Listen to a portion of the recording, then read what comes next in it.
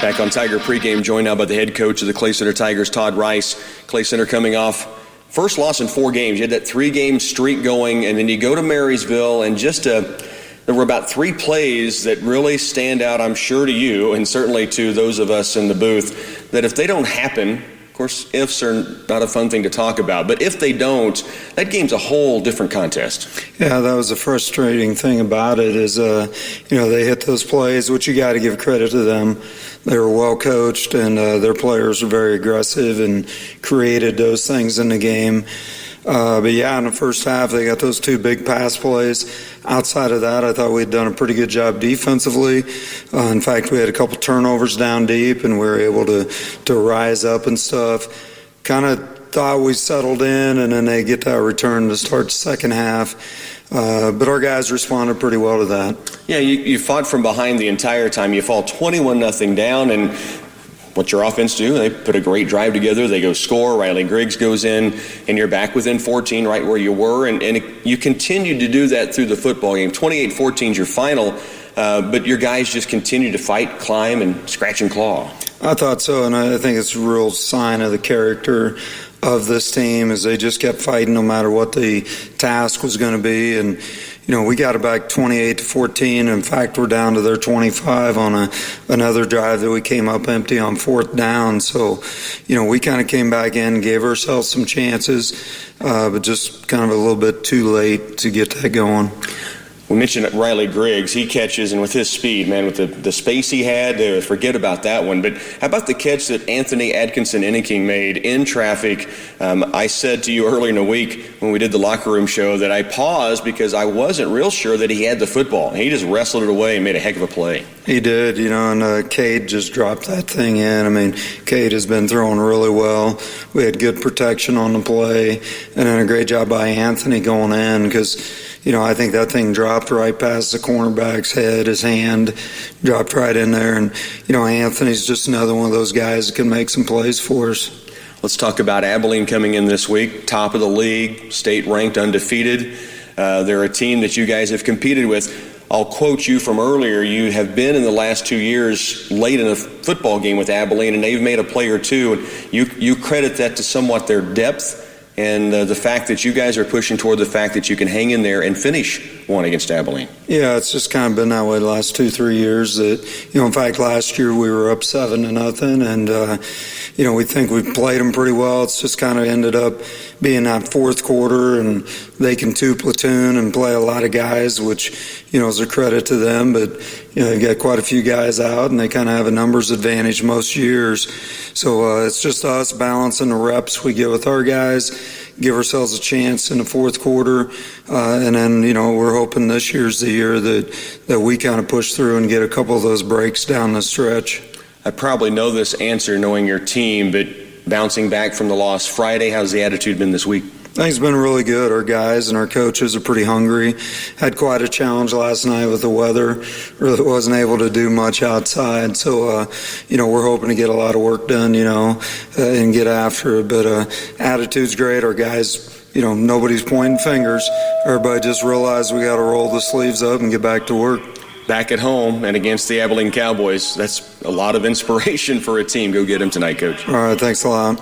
Back with more on pregame in just a moment.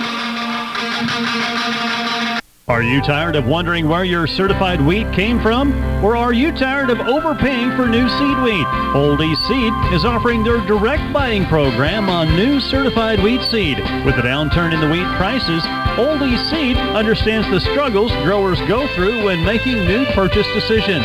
Call Oldie Seed today to book your direct seed purchases at $8.70 per unit and premium full seed treatment for $4.50. Call Oldie Seed today, where they have your back. With a fleet of semis on the road year-round, we rely heavily on our crew of top-notch mechanics to keep them running. If you'd like to take advantage of their expertise, bring your rig to us at TSI Kansas Incorporated. We offer heavy-duty diesel maintenance and repair on both your semi-tractor and trailer. We sell and repair tires, do oil changes, fix electrical problems, and we have an extensive parts network. I'm Jason Hall with TSI Kansas, based in Clay Center. Go ahead and like our Facebook page. Next year's wheat crop depends on good decisions now. Talk with Sheldon, Pat, Doug, or Josh at Crop Production Service in their new location, west of Clay Center on Highway 24. They'll lay out your choices for weed control, choosing the right wheat seed for your soil conditions, and supply the fertilizer you need to apply it yourself, or you can take advantage of their custom application. Crop Production Services does everything they can to help increase the productivity of their local farmers. Why have you chosen to live where you do? Is it because you want to raise your kids in a small town atmosphere where it's safer, schools are smaller, and you don't have to fight heavy traffic? Have you given thought to the fact that your small town will only survive if its people shop local? Ray's Apple Market works hard to earn your business by offering variety, specialty items, fresh produce, and they still carry out your groceries. Do you love your hometown? So does Ray's Apple Market. Open 7 days a week till 10 p.m. On Football Friday night, and a gorgeous Football Friday night. We haven't heard this voice for a long, long time, Chet, but it reminded me of our good friend Bill Grigsby, who every Sunday used to welcome Chiefs fans on KCLY with, "It's a beautiful day for football," and some days it wasn't so beautiful, but it was football season, and he always had that exclamation to everyone, "This truly is one of the most beautiful days for football we've had in a long, long time. It feels like football tonight." Well, it does. And we don't have a Captain Tease here, but you're right. It's a beautiful night. It's Friday night. It's Friday Night Lights, and it's Abilene. Yeah, it's Abilene. It doesn't matter whether we're playing home or away. It's Abilene. Absolutely. Great rivalry game for both of these teams, the Cowboys and the Tigers. One thing that I'm going to look at is numbers. I know you're a numbers guy, Chet. The Tigers had a 3-game win streak snapped last week when the Bulldogs in the Black Squirrel City took advantage of the Tigers giving up 3 big plays, a couple of turnovers that were costly, a 28-14 ball game that just that never really got themselves in position to win that game, but they never got themselves out of position to have a chance. But a 3-game win streak snapped by Marysville. For the Abilene Cowboys, they won the last 3 meetings against the Clay Center Tigers. Maybe it's the Tigers' turn to hand back the snap of a 3-game win streak tonight. Well, I go with that, absolutely. And if you can't get up for an Abilene game, you can't get up for anything. And that's been my opinion for about 87 of the years I've been on this earth. But, no, I agree completely. But, Abilene brings a little different team this year than we're used to as Abilene teams, right? But Clay Center does as well. We go back to last week. It was the game we couldn't award a stat of the game because nothing made sense. And it was big play, both sides, and so we're going to maybe have a regular game. Hopefully the Tigers can turn that tide. We're going to break for our national anthem. We're back in a moment. A lot of people sell seed. Central Valley Ag offers a unique extra service, a master seed advisor to help you pick the right seed. Identifying the different fields, how they manage it, and making proper recommendations from A to Z. CVA Master Seed Advisor Mike Ager is part of the team. Whether it's the planting date, or fertility management, crop protection programs, plant health treatments, success starts with making the seed selection. Want a Master Seed Advisor in on your plan? Talk to Central Valley Ag. Are you looking for the right bank to complement your busy schedule? Look no further. United Bank and Trust has just what you need.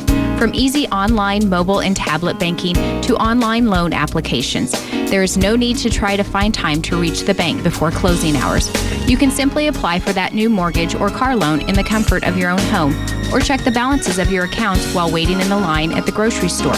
United Bank and Trust makes banking convenient for you. United Bank and Trust, banking for your way of life. Equal housing lender, member FDIC. I was holding down the office when in walked Ralph. Can I help you, Mr. Mouth? I'm working on a book of all my best jokes, and I need to be able to print it on the cheap, but still have it look good. We've got the Brother full-color laser multifunction printer that can copy, print, scan, and fax with wireless connectivity. It's got all the bells and whistles at about half the price of other brands. Available only through your Brother authorized partner. Central Office Service and Supply. Perfect. Hey, did you hear about the copier that was dating the paperclip? No, and I'm pretty sure I don't want to. When it's wheat planting time, who better to help you with that task than Wilbur Ellis and Reed Seed and Feed? We are the complete package, providing cleanup service of unwanted weeds in your field and applying starter fertilizer to your crop. We have individual varieties and blends of seed wheat and treatment packages too. We offer all these services and products to make the wheat planting go smoothly. For the total package, wrapped up and tied a pretty bow, give us a call at Wilbur Ellis and Reed Seed and Feed. Once again, back at the Den, the Clay Center Tigers and the Abilene Cowboys. You know, you look out at this field, Chad, this thing's always been a thing of beauty. Otto Under Stadium, great history here. The groundwork that has been done over the last few years to make it look like it does now. I was out here this morning setting up my equipment. I don't know if you saw the picture on my Sport Voice Rocky page, but it is a crew that comes out and they take great pride in this field. And I just look out at it, that sun drifting down over the horizon, the CC out in the middle of the orange, the letters all painted down. They were out here early this morning working and getting this thing done. But they would work endlessly and tirelessly to make it look like it does. Oh, I know, and it's a beautiful field. And when they redid it about 5 years ago or so, they did it right. They did a good job. They irrigated. They totally redid the thing. But, as far as the lines and the mowing and everything, and that starts not early this morning, but yesterday afternoon, and then they carry it over. But we have the CC in the middle of the field this year, and it's a beautiful place to play. You can't drive if you've ever played out here, ever. You can't drive past this even at 70 years of age and not remember how great you were, even though you maybe weren't. Tigers tonight take on the Abilene Cowboys, and a lot of those games played on this field against this Cowpokes team that comes from down south. And Clay Center will take on an Abilene team that's won 10 of the last 11 meetings against the Tigers. We mentioned the last 3 in a row. The last time was a group 4 years ago that knocked them off, and it was a close game, 3-point ball game. I was talking with one of the dads of the quarterback of that team, and he was remembering vividly, like you said, the memories are vivid regardless of your age. And he said Abilene jumped off sides on 4th and 2, gave him a victory formation to close the game out. The last time the Tigers have gotten it done. Clay Center tonight, though, has an Abilene team that is undefeated, 5-0. They are state-ranked in 4A Division I, and deservedly so. But it's also a team when you look at scores, and I know it's all about matchups, Chet, but sometimes you've got to look at some stats. Yeah. And if you look at the scores that are taking place, very comparable. Abilene, Marysville, 14-12 final. They got Marysville's turnovers were the difference. Last week, 28-7 over Concordia. Almost identical score to what the Tigers did against the Panthers. So you have to feel the Tigers, who have some good confidence build up despite the loss last week, have to feel in their mind, as much as they have in a while, this is a gettable Abilene team anyway. Oh, I agree 100%. You know, it's one of those things, so the stats do make a difference, and the stats do matter. They add up to something that contributes to typically the winner of a football game. But, you know, I looked at not just the scores, but I looked at common opponents in other ways as well. And the Tigers, I see a lot of parity. I see a lot of parity in 3 teams in our league, and one of them was last week, and one of them is this week. Tigers and Abilene Cowboys will have your kickoff coming up in just a moment. State Farm is proud to support the people who make this community great. From our kids clubs, sports, and organizations to local projects like the Clay Center Zoo, we are proud to keep our dollars and ideas local and encourage you to do the same. For insurance, banking, and investments, contact me, David Bordery, at 228 in downtown Clay Center. Trust State Farm's financial strength.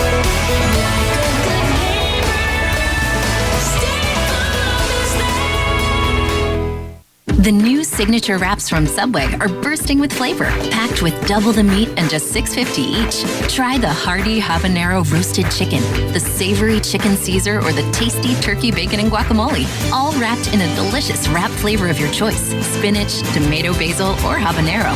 There's also a roasted red pepper hummus wrap for veggie lovers. Try the delicious new signature wraps, all just $6.50 each. Subway. For a limited time only at participating restaurants, plus tax, additional charges for extras. You work hard to earn your cash. You shouldn't have to work hard to get a cash back rebate. Now you don't have to with the Titan Stash Your Cash program. Save instantly when you purchase American-made Titan Goodyear farm tires now through December 31st. No forms to fill out, no phone calls to make. Just stash your cash. See your Farmers Cooperative Tire branch today for complete details. Investing in our owner's success. Farmers Cooperative. Well, the Abilene Cowboys have won the coin toss and have deferred, so the Tigers will take the football to begin. They look like they will defend the south end zone, and they will come from that area. and head to the north against this Abilene Cowboys team. Abilene, here's what they do offensively, although they'll start on defense. Ryan Wilson is their quarterback. He has 4 touchdowns running, 4 touchdowns passing, 225 yards through the air, 391 yards on the ground. The Abilene Cowboys have been able to spread it out pretty well through the air to different receivers, including Bryce Reichman, who has had 1 TD. His backup, Tucker Robinson, 1 TD. That's at the tight end position. You go in the backfield, and it really runs to Parker O'Neill, who has 8 touchdown runs, 340 yards on the ground. But again, Parker Bass has also a couple of TDs. They really spread the ball around. Good balance is what every coach wants. Yeah. Abilene has that going for them, but you can say the same for the Tigers. Well, you can, and what you just said, I mean, that's over 5 games. So you don't see any stellar stats per one individual on anything, but a lot of balance and a lot of different ways that they can hit you. Abilene will kick it off. The Tigers will send Caleb Mindham, Peyton Lane, Hunter Mullen back to return here on this opening kickoff from the Den on a football Friday night. This is the final warm-up before the postseason arrives. District play begins back here at home. In fact, the Tigers have mentioned 3 straight earlier. That number, 3 straight home games for the Tigers. I know. It's crazy that district is here next week already. And it's so different than what it's been for a while, so we'll talk about that in a bit. Right now, the Tasty Pastry kickoff is on its way, and it will be taken by an upback. That's Hunter Mullen from his own 18-yard line. Right back through the middle he comes, and he's hit immediately. Dives forward, maybe out to the 27-yard line. Abilene, good coverage. The Tigers, decent field position, almost to their own 30. Here's how the Tigers will start offensively. It will be up front for the Tigers. McCade Melius, the center. To his right side is Parker Folks and Gavin Ware. To the left, Jake Witt, Holden Heigl. The tight end is Zeb Bloom. Cade Wallace, your quarterback. The wingbacks are Adam Ebert and Riley Griggs. Levi Fitzenmeyer, your fullback. Tight formation to begin for the Tigers on this first possession. Hunter Mullen actually in there at wingback to start, and the Tigers have Abilene offsides early on that hard snap count from Murph, Cade Wallace, and Hunter Mullen went in motion, and Abilene a little antsy on this opening play. Well, and it was the right defensive end for Abilene, and it was the wingback from that side that took off in motion and then stops abruptly right in the middle of the backfield on the hard count, and he jumped. Anthony Atkinson, Inniking, and Peyton Lane were very tight on the sides. Now it's Cade Wallace faking, keeping, and he is blasted up the middle. Short yardage play on first down and 5. He is hit immediately as he comes to the line of scrimmage. It'll be second down. I don't think he got anything on that carry. Parker O'Neill, what a tackle. That was a picture-perfect form tackle. I don't want to see many more of them. Not on that side. No, that was a great tackle.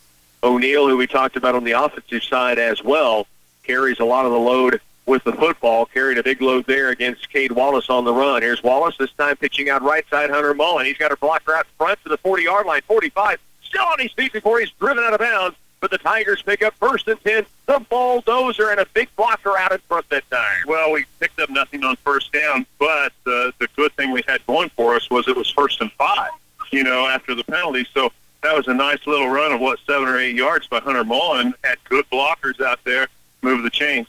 Same tight formation for the Tigers, first and 10 from their own 45. Throw it. And we've got another penalty flag on the Abilene Cowboys, and they are unable to hold their water twice on this opening defensive possession. Simply a wingback, which is our normal offense, going in motion, and Abilene jumps off sides. This puts it to the midfield stripe. And it's the same right side of the defensive line, and the players coming out now. But, you can capitalize on that because then they depend on their jump. And if they have to sit too long, they can't tackle you. Mullen in motion. They'll pitch it to him right side to the 45-yard line. And buries his way through a defender to the 40-yard line. First down and 4. He picks up another 7 or 8 on that first and 5 carry. The bulldozer literally rammed a guy down the field. I was just going to say he literally earned his nickname on that one play alone, even though he has many times before. At the Abilene 39-yard line, Tigers with a great rhythm to start. 2 penalties on the Abilene defense, setting up first and 5s, and both times the Tigers have been able to move the chain. They have it first and 10 to the 39. They put in motion Griggs, fakes it. It's Cade Wallace across the middle, and it's picked off. Tried to throw against the grain, and it's taken away, and Abilene's got some room to run. Down the left sideline, it'll be a chase. Holden Heigl trying to get there, bumps him, The ball carrier gets to the end zone, and Abilene has taken it in. A return by Parker Bass to knock him out of bounds. They do march him out inside the 5-yard line. Cade Wallace, that time they faked the pitch left, rolled right to pass it. He threw against the grain, trying to hit Atkinson Enneking, and Bass was underneath of it, and an easy pick for the Abilene Cowboys. Yeah, and that's exactly what happened. He sold a great fake. He sold a great fake. The entire offensive line did as well. It was just a little underthrown for the athleticism that linebacker had to get that ball. Well, the Tigers had things working down to the 39 of the Abilene Cowboys on the opening possession, and now their backs against the wall. It's first down and goal. It's inside the 5. From the 4, now we've got a timeout taken. And this is Abilene or Clay Center taking his timeout. Abilene's going to burn the timeout, trying to get themselves set on offense after the Tigers turn it over. 10:01 to work, first quarter. Abilene first and goal at the Tiger 4 when we come back. When snow flies, you think about your beef herd and the quality Purina rations they need to weather Mother Nature's fury. And it's time to think about Farmers Cooperative Fall Cattle Protein Booking. Savings on protein tubs and blocks, range cubes, creep starter, and liquid feeds. All at special pricing to lock in great savings. See your local Purina expert at the Farmers Cooperative to book your order now through November 30th while supplies last. Farmers Cooperative. Just a short drive will save you thousands. I'm Jeremy Glavin, owner of Glavin Ford of Clay Center, and I'd like to invite you to come see for yourself this great lineup of cars, trucks, and SUVs on our lot. We have the best selection of new vehicles, we have the best selection of pre-owned vehicles, and we have incredible deals to match them. Plus, your trade-in is worth more to us. Shop us online at GlavinFordofClayCenter.com or come see us in downtown Clay Center. We are Glavin Ford of Clay Center, home of the engines and oil changes for life. First play from line of scrimmage for the Abilene Cowboys. A handoff from Wilson off to the left side. The Tigers do a great job to tie that up. That is Kramer Rainbolt who makes the tackle. It is a gain of 0, so right back to the line of scrimmage. It's second down and goal at the Tiger 4-yard line. Yeah, it's gain of 0 on the scoreboard. I think on the blades of grass on the field, I think we actually maybe a loss of a little loss out of that. Loss of a half a yard or so? I think so. Wilson under center. He's got 2 backs behind him. That's O'Neal and Bass. Wilson turns right side, handoff up the middle. Collision happens early, but it's a gain down inside the 3-yard line. Hunter Mullen got the first hit. Parker Folks finished it off. This ball taken down to the 3. It'll be third down and goal. It's a gain of 1 or 2. Yeah, and this is where it really gets tough, and it really gets hard-hitting, tough in the trenches there. But what a great stand the Tigers have had on the first 2 downs here. Third down goal. Tigers were marching. The turnover on the pickoff and a return almost to the end zone. Great hustle play by 2 Tiger defenders, offensive players, to get back and make the stop before O'Neal took it in. Now from the shotgun, third and goal. And working it right side, and Wilson takes it himself and dives across and into the end zone. Touchdown Abilene here early, and it's a 6-0 ball game. Cowboys get the turnover, the big return, and then capitalize with the touchdown dive by the quarterback, Ryan Wilson. Well, it's a big deal when you get that short of a field, and they were able to take advantage of it. And Wilson did a good job of running right between his guard and tackle there on the right side, got into the end zone. Extra point try now for the Cowboys on its way. Line drive kick, but it is through. 7-0. Cowboys lead. 8:36 to work. Opening quarter. Stay with us. Tiger football continues on 100.9. When it comes to crops and yields, why not keep a good thing going? You can with Avail Phosphorus Fertilizer Enhancer in your fall fertilizer application. Central Valley Ag can show you the numbers that add up to 30% greater phosphorus availability, 8 more bushels of corn per acre on average, and a 3-to-1 or better return on investment. Will Avail work for you? Talk to CVA about Avail and hold your ground. Central Valley Ag, growing agriculture together. We live in such a busy world. Who has time to run all those errands on your lunch hour? With the convenience of mobile banking at the Citizens National Bank, making a deposit is as easy as taking a selfie. Snap a photo of the check and submit it through mobile banking. Download the CMB app on your smartphone and let CMB run your banking errands for you. Also, check out our new e-alerts, which can be customized to your needs. The Citizens National Bank, member FDIC. Mobile deposit subject to approval. Well, the pickoff by O'Neill of Abilene and a return that was almost a pick six ends up being a 3-play drive from the 4-yard line of the Tigers. Ryan Wilson punched it in on the quarterback keep off the shotgun snap. Here's the kickoff again for the Cowboys. High end-over-end kick taken back at the 17. Again, Hunter Mullen with the return right to the middle, and he is popped backwards. That'll be out to the 25-yard line. Colton Heigl really got knocked backwards as he was blocking, and he was quickly back up. A little shaky as he heads to the offensive line right now. 8:31 to work in the opening quarter. Tigers are down 7-0 after the turnover sets up the short yardage play, 4 yards out for the Abilene Cowboys, and 3 plays later they punch it in. 1st and 10, Tigers start from their own 25-yard line. Cade Wallace. In motion goes Ebert. They'll hand off underneath. Here's Levi Fitzenmeyer, room to run it through the middle. He's after the 40-yard line. To the 43-yard line goes the big bull, Levi Fitzenmeyer. 1st and 10, Tigers. He'll take it to the 43-yard line. Well, he's been one of my favorite backs all year long, and he gets about 100 yards a game. He's a workhorse. You can't injure him. I mean, he leaves a lot of other players would be out of the other game. players, yeah. Yeah, but great run by Levi. 1st down and 10. He had 109 yards last week at Marysville. So a big run here for the Tiger offense, who's been able to move the football. The turnover cost them on their first series. 1st and 10 from their own 42, they mark it down. Cade Wallace again goes under center. Quick snap, and no, it's a pitch out right side. This is Adam Ebert. Tries to get by a tackler, does stay on his feet, and will get positive yardage out across the 45-yard line. And that's just Adam Ebert individually making a guy miss and somehow walking the tightrope on the right sideline. And he got the spot. I was hoping he would. The official was in a pretty good position there as he walked that tightrope, and he got another yard. 3-yard gain, 2nd down 7 for the Tigers at their own 45-yard line. First quarter action, 7:50 to work. Abilene leads it 7-0. Tight formation. It's been the same formation for the Tigers, very tight thus far. Cade Wallace underneath. Levi Fitzenmeyer, good room again. 1st down yardage. He bounces off a couple of tacklers and dives to the Abilene 45-yard line. Levi Fitzenmeyer takes it 1st and 10. There's something you can't explain about a good back. They're just a good back. They're hard to tackle. You know, just those workhorse-type backs. It's like all the different guys have trouble tackling it. And it's footwork, it's vision, and then able to make guys not be able to pull you down once they do make contact with you. And Levi does that a lot throughout a football game. He's strong. He's faster than people think. He's more deceptive than people think. 1st down and 10 for the Tigers. Uh-oh.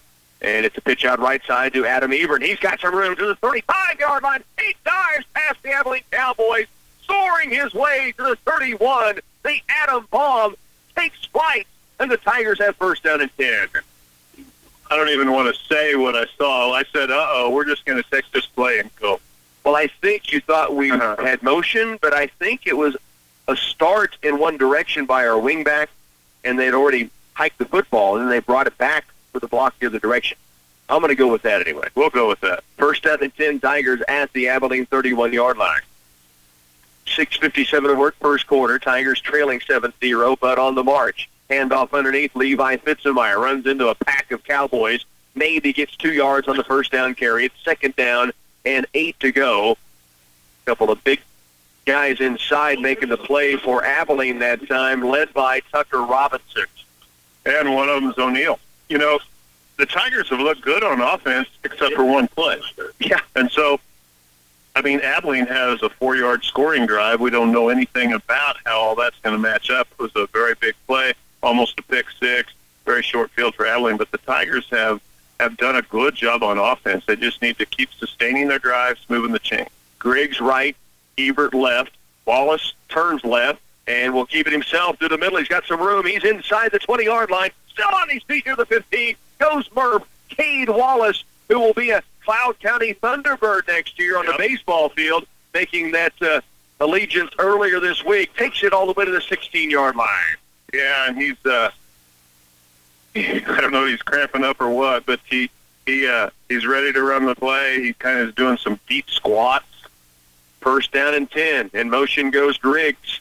Wallace steps out now center. McCade Melius and looks to the sideline for the call. Ebert goes back into position. Correction, Griggs. Ebert on the left side. Atkinson, Inniking, and Peyton Lane on the receivers. Here's Wallace. Pitch out right for Ebert. Turns the corner. He's at a 10. Down near the 5. Bangs his way inside the 5-yard line. A penalty flag comes in late on the play. It'll be first and goal depending on the flag here. Yeah, and that was a real late flag from the far side official. Officials talking it over. It's a face mask against someone. Yeah, maybe against the Cowboys. Let's see. Move it from the 4 to the 2. Personal foul, face mask on the Cowboys. And, boy, would this be some kind of answer for the Tigers after falling behind 7-0 to drive it right back down the field. They will have it first and goal well inside the 5. Well, that time they ran the play that they fake almost every play where the wingback's coming around, and they actually pitched it to him. When he has a full head of steam, he's coming from left to right. And it was Ebert, and what a great run he made. First down and goal. Tigers have it now at the 2-yard line of the Abilene Cowboys. Again, Peyton Lane and Atkinson Inniking are the receivers. Anthony left side, Peyton right side, still in that very tight formation. Cade Wallace goes in under center. McCade Melius. First down and goal at the 2. Quick look to the sideline. Now Wallace goes under center. Now stops. Griggs had gone in motion. Now quarterback keep right side. Wallace diving forward. Did not get there. Second down goal near the goal line. No, it should be inside the 1. Yeah, we got a full set of downs with a very short field, so we have a couple more plays to try to get that thing knocked in the end zone. The Tigers have moved the ball pretty effectively tonight, but those last 3 yards are the hardest. Just under 5 minutes to work here in the first quarter. Tigers trailing 7-0, but they have second down and goal inside the 1-yard line. Cade Wallace under center. He'll turn left side, keeps it himself, dives forward. Touchdown Tigers!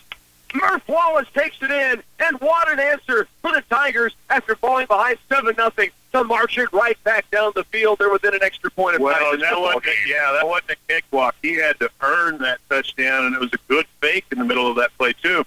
What a block by the line. And, starting with McCade up there up front, but the whole line got him in that end zone. Peyton Lane on for the extra point, try to tie it. Hunter Mullen is the holder. The snap a bit high, but it's put down. Lane gets the kickoff. It hits the crossbar and bounces back. Tigers will trail by 1. A 7-6 ball game. The Tigers bounce back. Cade Wallace punches it in. Kickoff coming up next. Raise your hand if you need more internet speed. Don't settle for yesterday's internet speed when you have a home full of today's devices. Stop and think of how many devices you have in your house on an average day, including smartphones, gaming systems, tablets, computers, and more. Upgrade to the maximum speed of 1,000 megabits per second for outstanding enjoyment when multiple people are streaming, downloading, or gaming. It's time to get your hands on Twin Valley Pulse Internet. Call 800-515-3311 to grab this deal today. Tiger football on KCLY is brought to you in part by Farmers Cooperative, Schramm Chrysler Dodge Jeep of Manhattan, Union State Bank, Farmers Union Insurance, Jim Gearhand, agent, Bud's Tire Service, Central Office Service and Supply, Ray's Apple Market, TSI Incorporated Clay Center, United Bank and Trust, and Wilbur Ellis Reed Seed and Feed. 7-6 Cowboys as the Tigers answer right away on the drive of 75 yards. They took that from their own 25-yard line and marched it right down the field for 75 yards. Murph Wallace punches it in. Yeah, the Tigers with over 100 yards of offense already tonight. Abilene with 4 yards of offense tonight. Here's the kickoff taken back inside the 15-yard line. Return through the middle. Tigers do a pretty good job to stuff this up. The return out across the 25-yard line.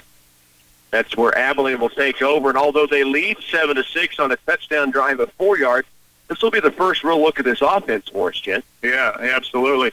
And it's going to be the first look at our defense against this offense, and I'm anxious to see that. Abilene will come out with Jacob Schartz as the center, Cade Funston, Donovan Angueno to the right side. To the left is Colton Rainen and Sam Burt. The quarterback is mentioned Ryan Wilson. Parker Bass, Parker O'Neill, his two backs behind him. We'll look at the Tiger defense here in just a moment. First down and 10, Abilene. They start from their own 27-yard line. From the shotgun, Wilson's going to run it himself through the middle. He is bottled up. Forward progress, so we'll take him out across the 23-yard line, maybe to the 24. Three Tiger defenders there. Zeb Bloom leading the way. Yeah. Zeb playing with, by the way, a slight separation in his shoulder from last week at Marysville. He sat out early portion of the week. It's still hurting, but he was cleared to play and has been able to practice the last two nights without appearing to have pain, but he's hurting right now. Oh, man, you'd have to. Yeah. It was a 6-yard gain, maybe a 5-yard game, called second down and 5 for the Cowboys. Wilson from the gun, looks right side, hands it off O'Neill. And he's got some room, and he breaks the open field. It looks like he's gone. Nobody's going to catch the Cowboys. And for the second time, Abilene a pickoff and almost score. Now they get a run through the middle, and it is a score for Parker O'Neill. He has had a big season already, and he just added to it, going from the 27-yard line, taking it to pay dirt. Well, I think he led the team in touchdowns coming in with about 8. Right. And he had the pick. So it was almost a pick six and a big run down the middle, and he just pulled away from the rest of the field. Great speed. 3:41 now to work here in this opening quarter of play, and Abilene, for their second extra point try, is up and good, and they now lead 14-6. So the Tigers trail again by a touchdown. 14-6 the score. Abilene with the lead. Tigers get the football back when we return. Are you tired of wondering where your certified wheat came from? Or are you tired of overpaying for new seed wheat? Old East Seed is offering their direct buying program on new certified wheat seed. With a downturn in the wheat prices, Old East Seed understands the struggles growers go through when making new purchase decisions. Call Old East Seed today to book your direct seed purchases at $8.70 per unit and premium full seed treatment for $4.50. Call Old East Seed today, where they have your back. More and more people begin their search for a new or pre-owned vehicle online. Search us at GlavanFordofClayCenter.com. That's GLAVAN Ford of ClayCenter.com. You'll see we have the best new vehicle selection and the best pre-owned selection. Your next step is easy. Just a short drive to downtown Clay Center, where you're going to save thousands. I promise you, your trade-in will be worth more to us than anyone else. We are Glavan Ford of Clay Center, home of the engines and oil changes for life. Tigers now trail 14-6. Here's the kickoff again from the Abilene Cowboys, the third already here in the first half. It is taken by Caleb Mendham. Dances his way to the 30-yard line and may have squirted just across the 30.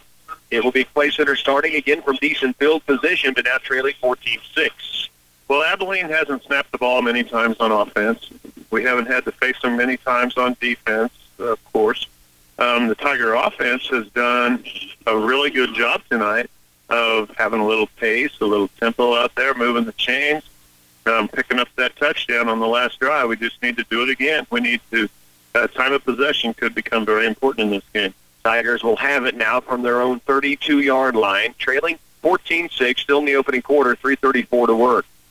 Cade Wallace, handoff underneath. Levi Fitzenmeyer hit quickly, dropped for maybe a 2-yard gain. Now the ball comes loose. The officials say it was a fumble, and they're going to award it to the Abilene Cowboys.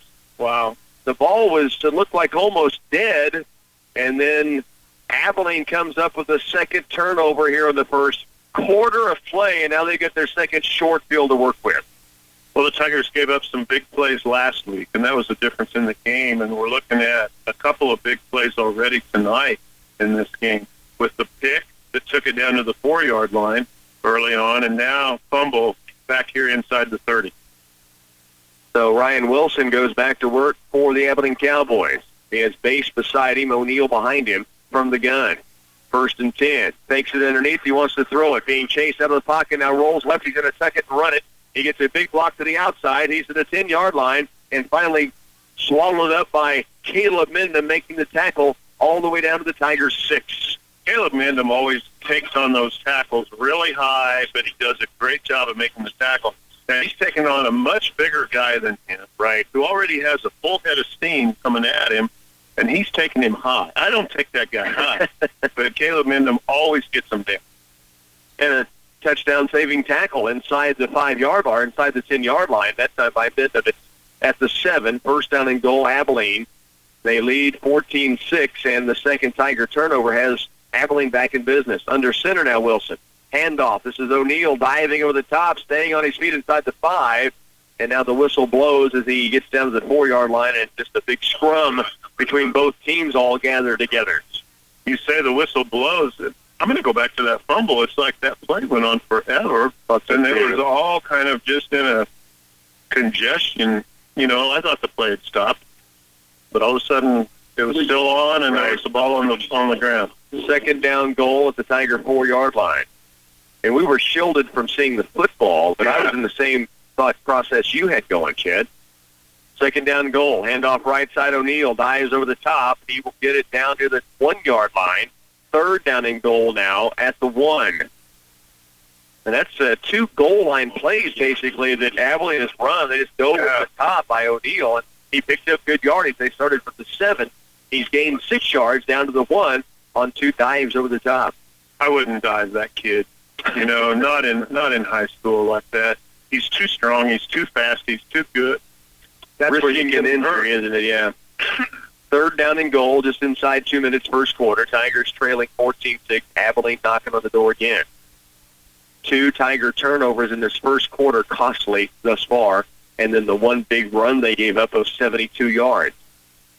Abilene taking a long time to get this play going. So now they just missed the play clock. I mean, it's been an equipment situation. Yeah, they brought in a substitute lineman. Yeah. That's why the delay was going on. Must have been an equipment malfunction. A minute 44 to work, first quarter. Tigers trailing 14-6.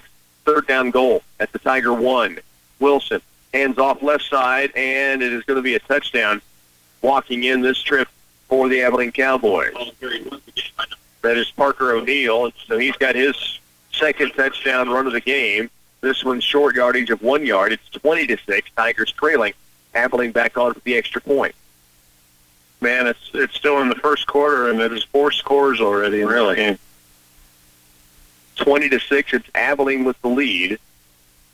Extra point trying its way. Penalty flag. The kick missed it badly, but there was a flag and whistles blowing before the kick was contact was made by the football.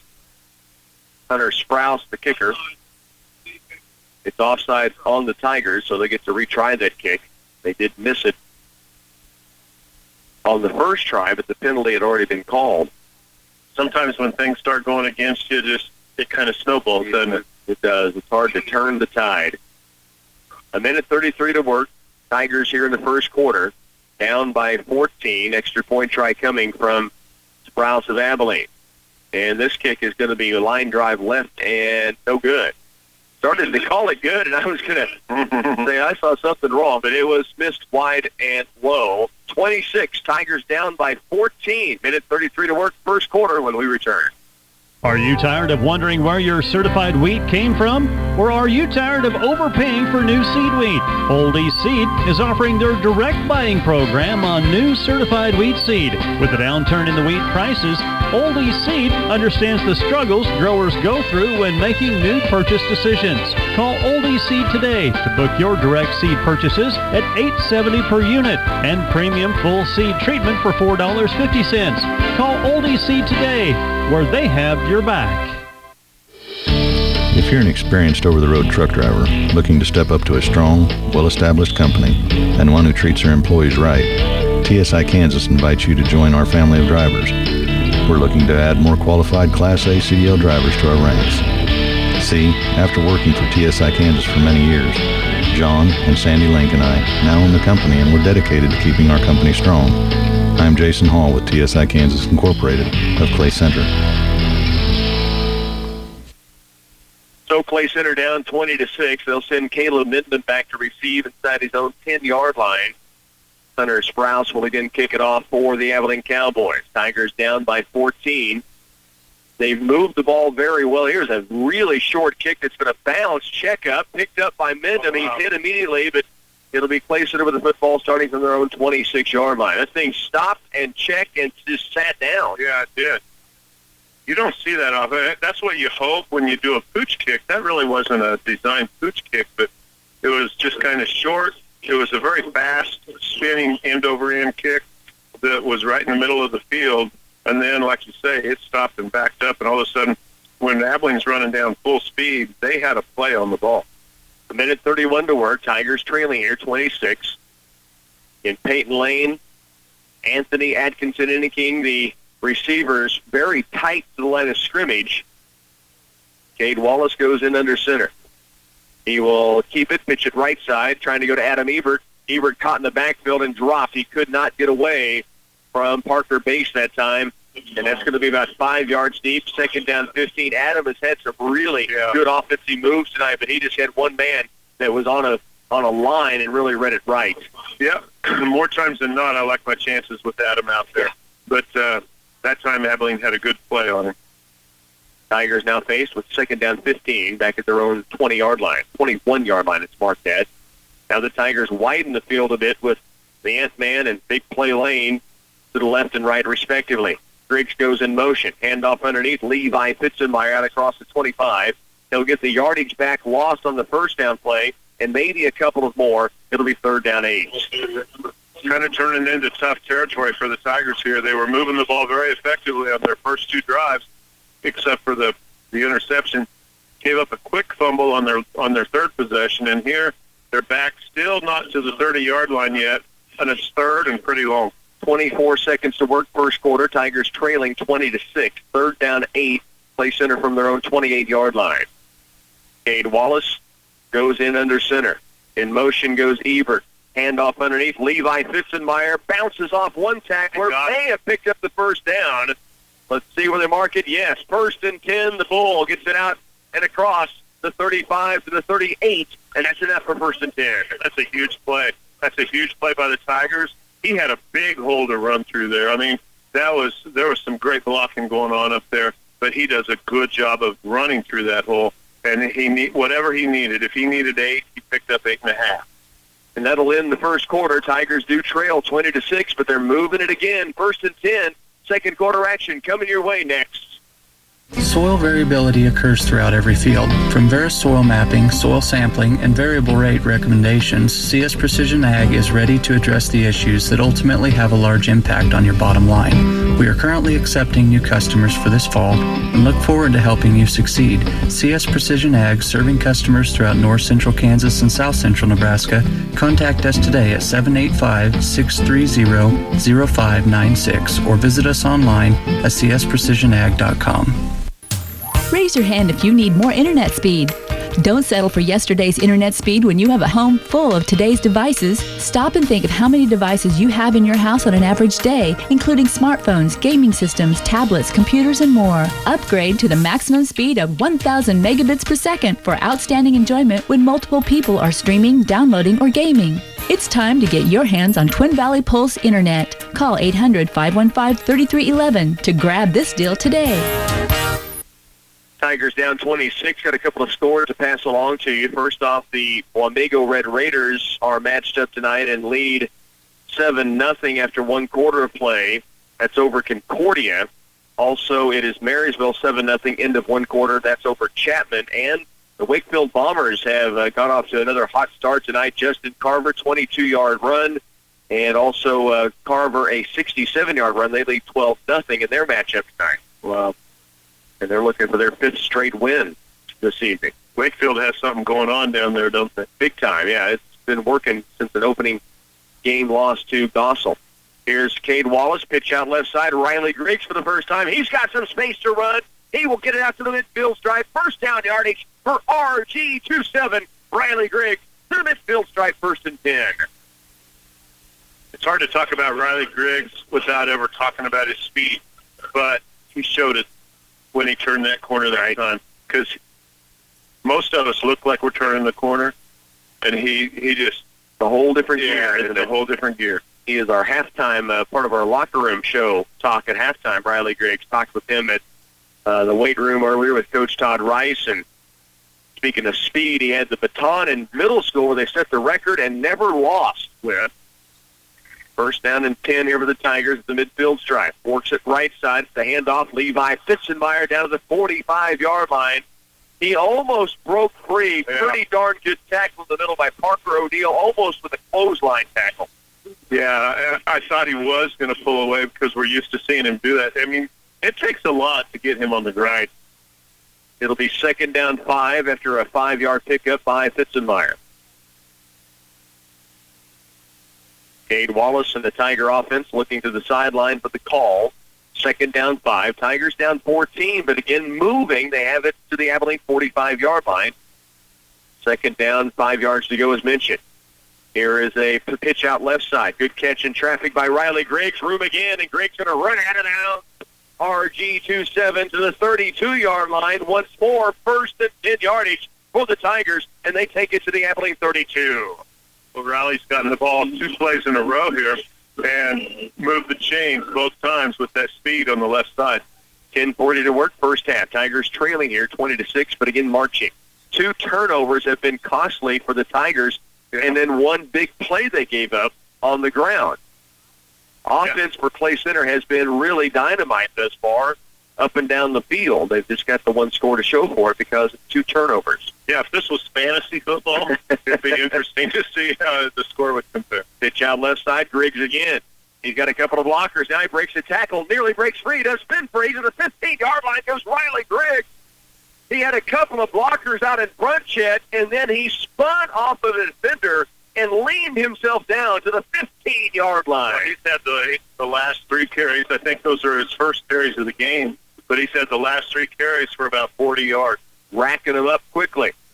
Griggs may be a bit banged up on that play. He'll come out and mend them in. Tigers now first and 10 at the Abilene 15-yard line. Clay Center has something working on offense. They do trail by 14. 10:31 still to work, first half of play. Cade Wallace goes in under center. Ebert in motion. They'll hand off underneath. Levi Fitzenmeyer, nothing there, and he's driven backwards.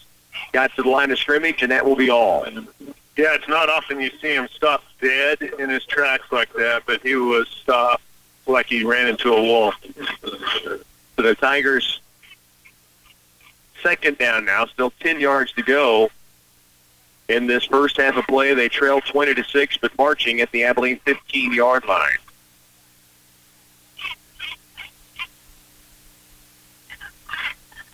Cade Wallace, long look to the sideline. Now set to work, goes in under center.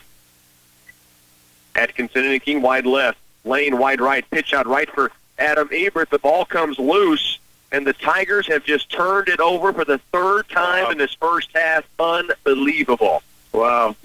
You can see Adam Ebert quickly look to the sideline and pop himself in the forehead of his helmet because the pitch, I think, was there. He may have just looked a bit early, and the ball goes to the turf, and the Tigers have turned it over 3 times, Chet. Wow. I know. Unreal. Yeah, Abilene still takes have over from their own 17. 9:44 to go in the half. You know, we're barely into the second quarter, but those are big turnovers, every one of them. Especially driving here, the way the Tigers were moving it down the field, threatening. Now Wilson goes from the gun. 2 receivers left. He will move it left himself with a carry, and he is going to be tackled by Peyton Lane. He'll dive it out to the 25-yard line. A gain of maybe 8 or 9. Second down and short now for Abilene. 9:33 to work. First half. Tigers trailing here 20-6. Tigers defensively. Set that for you earlier, but if Jake Wynn, Parker Folks up on the front line, Jonathan Kramer, Rainbolt, Gavin Ware, Zeb Bloom, Brandon Loader in at an outside linebacker, Hunter Mullen, Wynn, as we mentioned, at one of the linebackers, Ebert Mendham in the backfield defensively, and Peyton Lane. Here's a pitch right side, and Brandon Loader hangs in there and tackles Parker O'Neill. Let's see what they give him. It looked like it would be short of the first down. Let's see where they mark it at. And he does gain maybe 1 at most. Big-time tackle with the senior Brandon Loader. Yeah, he's still short. It's 3rd and a couple, I'd call it, too. 8:43 to work. We're in the first half. Tigers trailing by 14. Abilene with the football. 3rd down and 2. Back at their own 26-yard line. 1 receiver wide to both sides now for Abilene. Wilson goes in under center. He will turn, spin right, hand off, hit in the backfield. Gavin Ware, and then the Tigers wrap it up. That brings up fourth down, negating the turnover. Gavin Ware shooting through, big-time play, and then a whole posse of Tigers coming in after that to finish it up. Yeah, and it was such a great play by Gavin. I mean, he shot through there. He had great penetration, and he made the type of stop you need to. Third and 2 is tough. That's a tough stop to make. But now it's 4th and 3. A loss of a yard on the play. It will be O'Neal to kick it, so keep that in mind as the game goes along. Back to receive of the Tigers is Peyton Lane and Caleb Minden. They'll kick it toward Minden. Takes it back at the 35-yard line. Now starts up the field in the middle. Banks off a tackle and a blocker. Now he's going to be caught. He still dives forward as he gets it out to the 44-yard line. The official, Abilene, saying they have the football. Minden, it appeared to be down and was stretching forward when the ball came loose. The officials are going to congregate and get a look at it. No signal yet. Dangerous time here for the Tigers. Cade Wallace lobbying. Abilene Cowboys as well outside the officials' huddle, and Abilene has the football. Oh, my gosh. The 4th turnover of the game here in the first half, still 7.5 to go after an unbelievable stop of the Tiger defense to hold them 3 and outs. And now Mendham on the return. Looked like he was, I thought, and again, we're way up top here. I thought Mendham was on his knees and reaching out the football when it came loose. Yeah. Officials congregated and said, no, he fumbled it before he was down. Well, wow. It's 7:30 to go in the game. I mean, in the second half. Second quarter, yeah. My goodness. Feels like a whole game. This has me all shook up. And it's our 4th turnover, 3 fumbles and an interception. Coach Todd Rice is going to take a timeout and probably a good TO to just settle the troops down. Heck, settle the booth down a little bit as well, wouldn't you say? Yeah, I think he wants to go have a talk. Sometimes he calls these timeouts so he can go get a talk. We'll break as well. You're listening to Tiger Football on 100.9. Patterson Health Mart Pharmacy is your headquarters for durable medical equipment. They can tell you about the line of supplies and how each is designed to make routine tasks a little easier. You'll find lift chairs, braces, walkers, bath rails, canes, diabetic shoes, and so much more. All available to improve your mobility and overall health. Patterson Health Mart Pharmacy is your source for dependable and cost-effective durable medical equipment, putting the care into healthcare. Downtown Clay Center. Don't forget the Green Team Cars halftime show will be coming up here at the break. We have added a state-of-the-art Hunter Hawkeye alignment machine at the Green Team to get your vehicle going straight down the road. They've also added a 36,000-pound heavy-duty lift so they can take care of even the biggest jobs and get you back on the road. Come see the Green Team for all your service and parts. Green Team Cars, our halftime sponsor, that'll be coming up here in just a little while. In fact, we'll get a chance to hear from, get this, Riley Griggs, Tiger Football. We'll hear from Coach Jeff Edwards, Lady Tiger Tennis. And we'll also hear from Sally Vallon and Jaden Wilcoxon, Lady Tiger Tennis. Awesome. Who, by the way, I'll get to this in a moment, Lady Tiger Tennis has had a great day at regionals. I'll give you an update here in just a bit. Abilene has the football back on the Tigers' 4th turnover of the game. Wilson back to pass. In the pocket, rushed, pressured. Sam Blue picks him up. Gavin Ware on the play as well. Big-time defensive stop for the Tigers. It'll be a loss of 9. Seth Bloom had him, and then I'll tell you what happened. Gavin Ware went for a fireman, and he hit it on a single leg, took him, and dropped him to his back. Picked him up, tossed him around in the air. Wow. Did a pile driver into the turf. Oh, man. Takes him back to the 47 of Abilene. That is a loss of 12. It's second down and long. Oh, that is the second time. That may be your big hitter nominee right there from Gavin Ware. Zeb Bloom had him stood up, and Gavin Ware just shot in and really went after him and then picked him up and dropped him down. Wilson back under center, trips to the left side, one right. He will pitch it left for O'Neal. Stretched out to the sideline. Good job, Anthony Atkinson-Innicky. And, boy, the Tiger defense really rallying right now behind their team. They've got it third down and long after a gain of maybe 3 on a pitch out left to O'Neal. Well, Gavin Ware has taken Gavin Ware off the list for the big hitter because he had the previous position from that tackle for a loss on third down. So the fourth turnover for the Tigers, they forced them 3 and out from back at the 17-yard line a moment ago. Abilene takes over at the Tiger 44. Now it's third down and 17 right at the midfield stripe for the Cowboys. Wilson under center. Hard snap count. Long snap count. Now he steps back, and they're going to take their second time out of the first half. They couldn't get the Tigers to come offside. Clay Center's defense trying to rally the troops. Third down 17. Abilene with the timeout. We're back after this. What happened? This house is too small. So let's buy a new house. But we can't afford a new house. Money doesn't grow on trees. That's why we'll go to United Bank and Trust. I heard they have low mortgage rates that are affordable for everyone. Well, then let's go right now. Stop and see me, Maria Fitzmeyer. Or me, Carla Sweet, at United Bank and Trust to talk about getting your new home loan process started. Or visit us online at ubankonline.com. United Bank and Trust. Banking for your way of life. Equal housing lender, member FDIC. Top 5 reasons to buy your next vehicle at Glavin Ford of Clay Center. Number 5, you can shop us online at glavenfordofclaycenter.com. Number 4, we have the best selection of new and pre-owned vehicles. Number 3, it's just a short drive wherever you're at to downtown Clay Center to save thousands. Number 2, your trade-in is worth more to us than anyone else. And the number 1 reason to buy your next vehicle at Glavin Ford of Clay Center, we're the home of the engines and oil changes for life.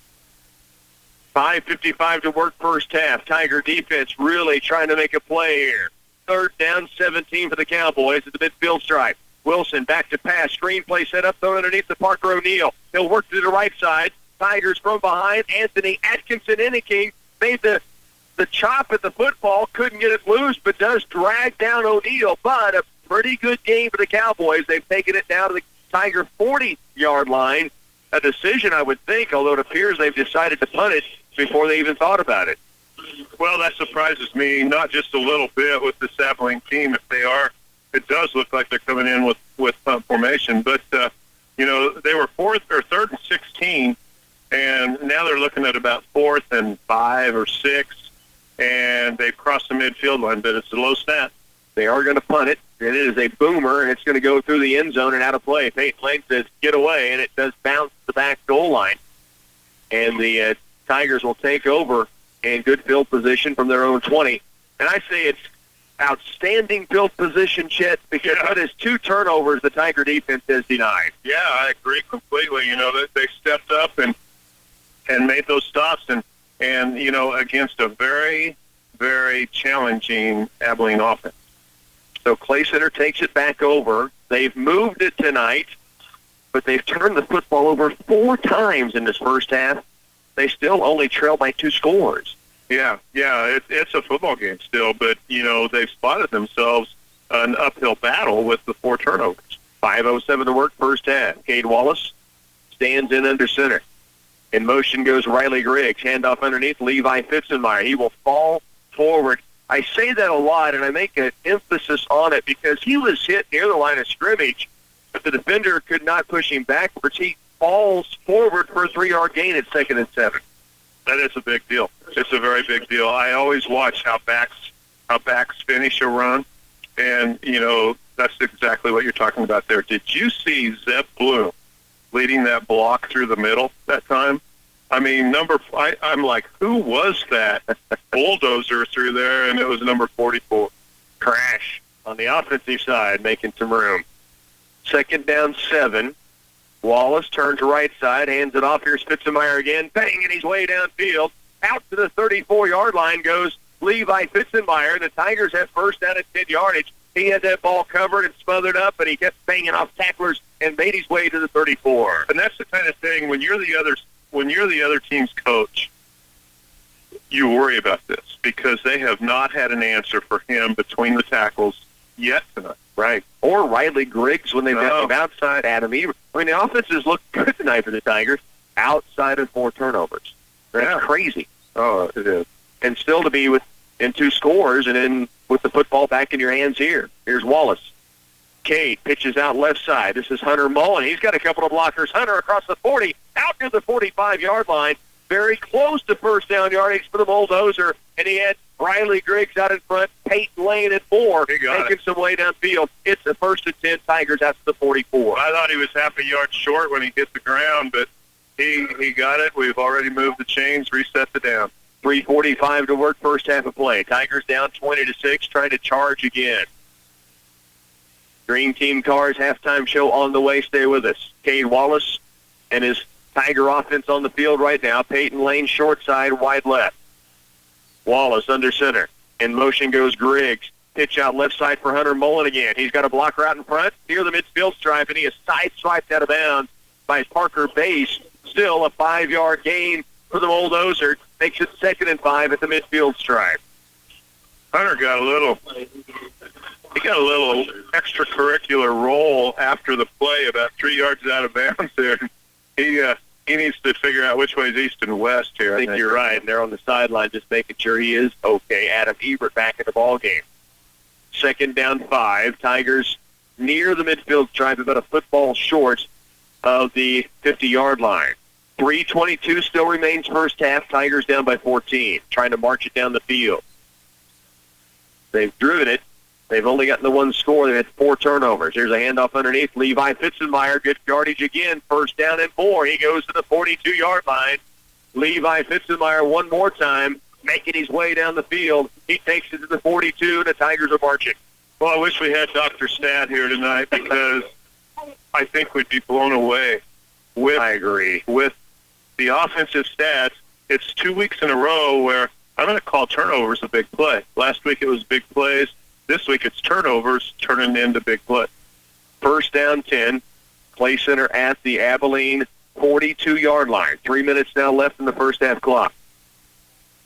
Wallace puts Adam Ebert in motion, pitches to him left side. Ebert cuts to the defense down to the 35-yard line. The Adam bomb with a couple of blockers out in front again. Riley Griggs down the field. Holden Heichel pulling and getting down the field as well. That's great speed from your lineman. I don't know how many people understand how fast Holden Heichel is on the football field. Well, he was down here making a play on O'Neal right after the pick. 2nd down and 3, 2.5 now to work. Tigers have moved it to 34 of Abilene. I love how hard every single running back is running. Right. And how they're finishing every play. Cade Wallace, 2:15 left first half. Tigers would love to get a score on the board before halftime. They're down by 14.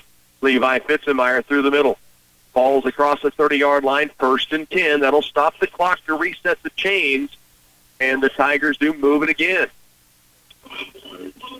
2:07, clock stops. They'll move and mark the chain. Tigers on the field looking to the sideline for the call. Peyton Lane, the receiver wide left. That's the short side of the field.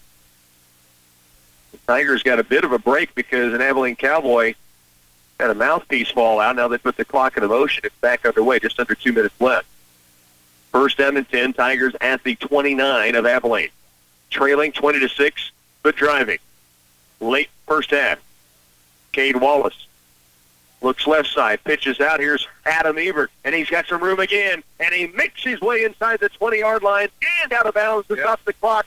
Goes the Adam bomb, and I'm telling you, when he hits the hole, man, does he take off. He really does, and he did. He made a great run there, and he made a great read, and then he had no more blockers, and he just hit them head on, and they happened to knock him out of bounds, and that happens to stop the clock at 1:41.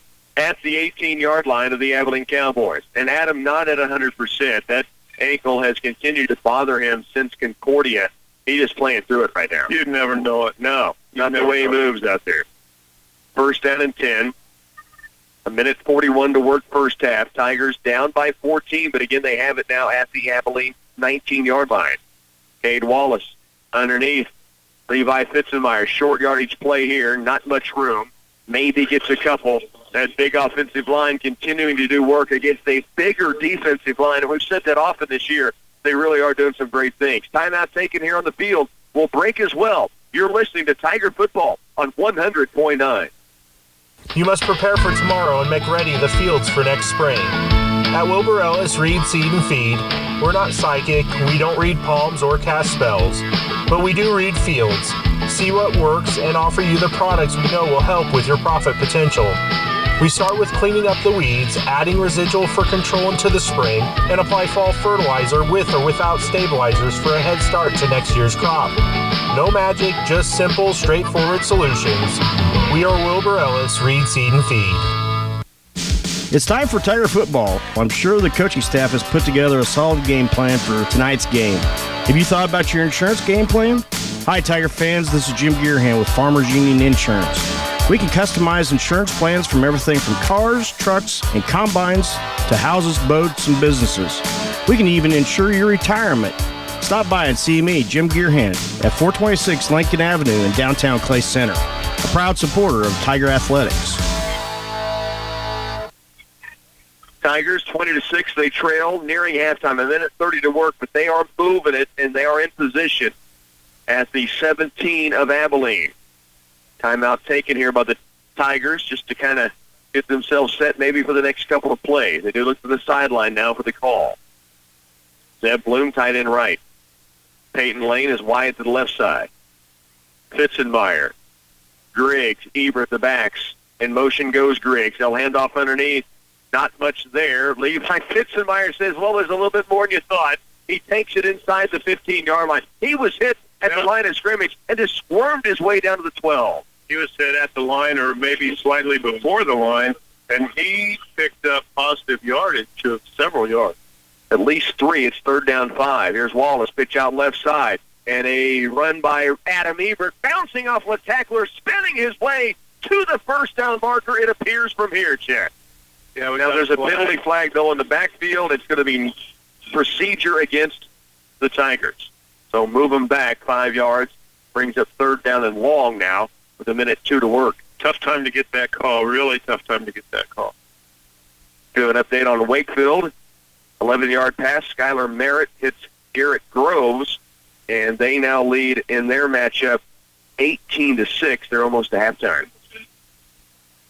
An illegal shift called against the Tigers. 3rd down and 9 now at the Abilene Cowboy 18-yard line. So 3rd down 9. Football moved back to the 18 on the motion call against the Tigers. Still a minute 2 to work. Atkinson Inniking now wide to the left side. Peyton Lane wide right. Under a minute, the clock goes back into motion once they have it set. Cade Wallace back to pass, fires downfield, has a receiver. Atkinson Inniking at the goal line. Touchdown Tigers! Touchdown! Clay Center Tigers! Murph Wallace puts it down the field, and the Ant-Man goes down low to scoop it up off the turf, and it's 20-12. Oh, and the official in the end zone waited a very long time to make the call. He wanted to make sure that he had his arms under it and that he had control and that it wasn't trapped. And then when he saw, to his satisfaction, he called the touchdown. Tigers within 8 now, 20-12, 45 seconds to work. Huge 18-yard pass play from Cade Wallace, who put it in position, and then the Ant-Man did the rest. Atkinson Inniking, another great catch down to the goal line. Well, it was a good timeout. Without a doubt, yes. 45 seconds left here in the half. The Tigers will go for 2. Cade Wallace, pitch out, left side. Adam Ebert gets by one tackler, down angles his way to the goal line. He breaks through another 2-point conversion. The Adam bomb. That's almost all Adam Ebert. Making that happen, Ched. He was bounced off a couple of different tacklers. He just wouldn't go down. That was a football player right there. You're right. You saw a football player carrying that into the end zone. Now, there were some good blocks out there, and there was a great one right on the corner. But he got into that corner by that pylon on his own those last couple seconds. Outstanding stuff by Adam Ebert after the catch by Atkinson Inniking. The Tigers are down just 6. 45 to work first half. We're back in a moment. Hi, this is Hannah Swihart, former Clay Center Tiger and current Cloud County Community College T-Bird. I'm a member of the Lady Thunderbird volleyball team and happy that I chose Cloud. I'm proof that Clay Center Tigers make great Cloud County T-Birds. I'm getting my start on a college degree at an affordable option close to home, and you can too. Learn more about Cloud by visiting us at cloud.edu or by scheduling a campus visit to find out about all the opportunities for you. Going anywhere starts here at Cloud County Community College. Go T-Birds. Huge job for the Tigers. 2 defensive stops after turnovers, and then the offense kept it and cooked it and burned it into the end zone, and they now are back within 6, 20-14. I like the diversity in play calls. Yes. All night long. Peyton Lane, line drive kick, picked up at about the 15-yard line by an upback. Return out to the 25, and the return goes near the 30-yard line. That's where Abilene will have it with 39 seconds to work, and after 4 Tiger turnovers. The Tigers have had a pick and 3 fumbles taken away by Abilene, and you're down just 6 near halftime. In the first 16 and a half minutes of the game, we committed our 4 turnovers. Wow. With 7 minutes and 30 seconds to go in the second quarter, we had already committed 4 turnovers. Tigers defensively see Abilene split 2 receivers left, 2 receivers also to the right side. Just the one back, Parker Bay, stands alongside quarterback Ryan Wilson. Wilson going to run it himself left side. And he is going to be hit by Jake Wynn and then wrapped up and put away by Seth Bloom. Crash takes him down. A gain of maybe 5, but it'll be second down with 27 seconds now left first down. Kind of that pistol look that we used to see about 6-7 years ago. Yeah, good defense by the Tigers. Caught the shotgun snap and had blockers out to his left side. The Tigers had it stuffed up. They give him a gain of actually 6. Second down 4. We're down to 11 seconds left here in this half. And Wilson's going to run it right side now. They're trying to get outside. Atkinson anything held, and now they're going to get the call. Anthony not only was held, made the call, lobbied, and then applauded the official for making the call. All while the game was going on. But just in case the official didn't get it from Anthony, I think he heard it from everybody on that side of the stadium. Yeah, without a doubt. It was kind of a bear hug from behind that denied Anthony the chance to make the tackle. And with 1.2 seconds left, the Tigers will take the penalty because it'll bump Abilene further back down the field if they are going to try something crazy here before the halftime end. Coming up at the half, again, we'll be talking with or hearing from from Riley Griggs, Tiger football, Coach Jeff Edwards, Tiger tennis, and 2 Lady Tiger tennis players, Sally Vallon and Jaden Wilcoxon. By the way, Sally Vallon and Hannah Fowles have qualified for the state championships already. They'll be in the Final 4 tomorrow in doubles. Chloe Gauck has qualified for state in singles. She'll be in the Final 4. She had to beat her teammate Emma Girton in a close matchup to get there. Emma's still alive, though, as well as Paige Richardson and Jaden Wilcoxon. They will have to win tomorrow morning, but if they do, they're all headed to state as well. That's an exciting time right now for Tiger tennis. Absolutely. Fun keeping up with Tiger tennis this year. Halftime is here. The Tigers, despite 4 turnovers, are right in this football game. They trail 20-14. We're coming back for just a real quick check-in, then we'll get to those interviews. Halftime on the way. Custom signs, screen printing, and vinyl graphics are just a few things that DMD Design and Graphics can do. They also do banners and vehicle wraps, all at competitive prices. Visit their Washington store and see all the cool things they can do with t-shirts, hoodies, bags, signs, and cars. It'll blow your mind. Things you never thought possible. You were made to stand out. Get your logo, mascot, name, and custom design on just about anything at DMD Design and Graphics. Gutters are necessary for the protection of your home, and quality seamless guttering is the most efficient. At B&D Seamless Gutters, you'll have your choice of colors, and they can even match the color to your siding in residential or commercial settings. 6-inch commercial guttering is also available. Add value and style to your home with new gutters. Talk to Brian Moon and have them install leaf screens or solid gutter covers. Call for a free estimate. B&D Seamless Gutters, 632-0696. Back once again at halftime with the Clay Center Tigers started off moving the football. And then an interception that it was nearly taken to the house resulted in a 3-play drive from the 4-yard line. The Tigers then moved the football again. 2 more turnovers, and then fourth turnover before halftime got here. Tigers were down 20-6, but here they are 20-14 because the defense bailed them out time and time again. Absolutely, and you know we have if we have the stats, the offense is dominated in statistics. Big time. We've dominated in time of possession. We gave up a couple of big plays, but the defense has made a couple of big stops as of late, and I think it turned the momentum over to the offense as well. Absolutely, it is a 20-14 ball game. Tigers battling here with the Abilene Cowboys. Stay with us. Your Green Team Cars halftime show will continue in a moment. We have a reminder that a special group of program SUVs has just arrived at the Green Team. Chevy Traverses, Chevy Equinoxes, Dodge Journeys, Jeep Cherokees, Chevy Traxxas, Dodge Durangos, and Jeep Compasses. Save thousands and still have factory warranty. Come see the best selection of program SUVs in the area at the Green Team of Clay Center, 802 West Crawford. When we come back, we'll hear from Riley Griggs on our locker room show at halftime next. The role of a student athlete is a challenging one. It takes properly balanced investments of time and energy, both in academics and in the sport. Our Tiger student athletes do this balancing act with determination, perseverance, and pride, and we're proud of them and their commitment to the success of the team. I'm Maury Catlin, and our team at Clay County National Bank stands with the Tiger families, coaches, school, and the community in cheering on the Tigers this season. We're Clay County National Bank, member FDIC and equal housing lender. Joined now by Riley Griggs, coming off of a touchdown this past weekend and a losing effort at Marysville. I know a tough one for you guys, but I want to get to the good stuff first, Riley. How much fun was it to get out in the open space and look and see green grass in front of you? Well, I haven't had a touchdown since last year, so it was pretty fun, and I haven't seen that much green grass either, so yeah. Mm-hmm. It was fun to watch it happen, too. We said on the air, for those who don't get a chance to go to games, if this guy gets open and can move, forget about it. I mean, one of the fastest guys you're going to find on the Tiger football field. Now let's get to kind of the tough part of Friday night. You guys have a 3-game winning streak snapped at Marysville. Seemed like there were about 2 or 3 plays that if we shore that up, whole different football game. What are the guys working on this week coming off of that loss?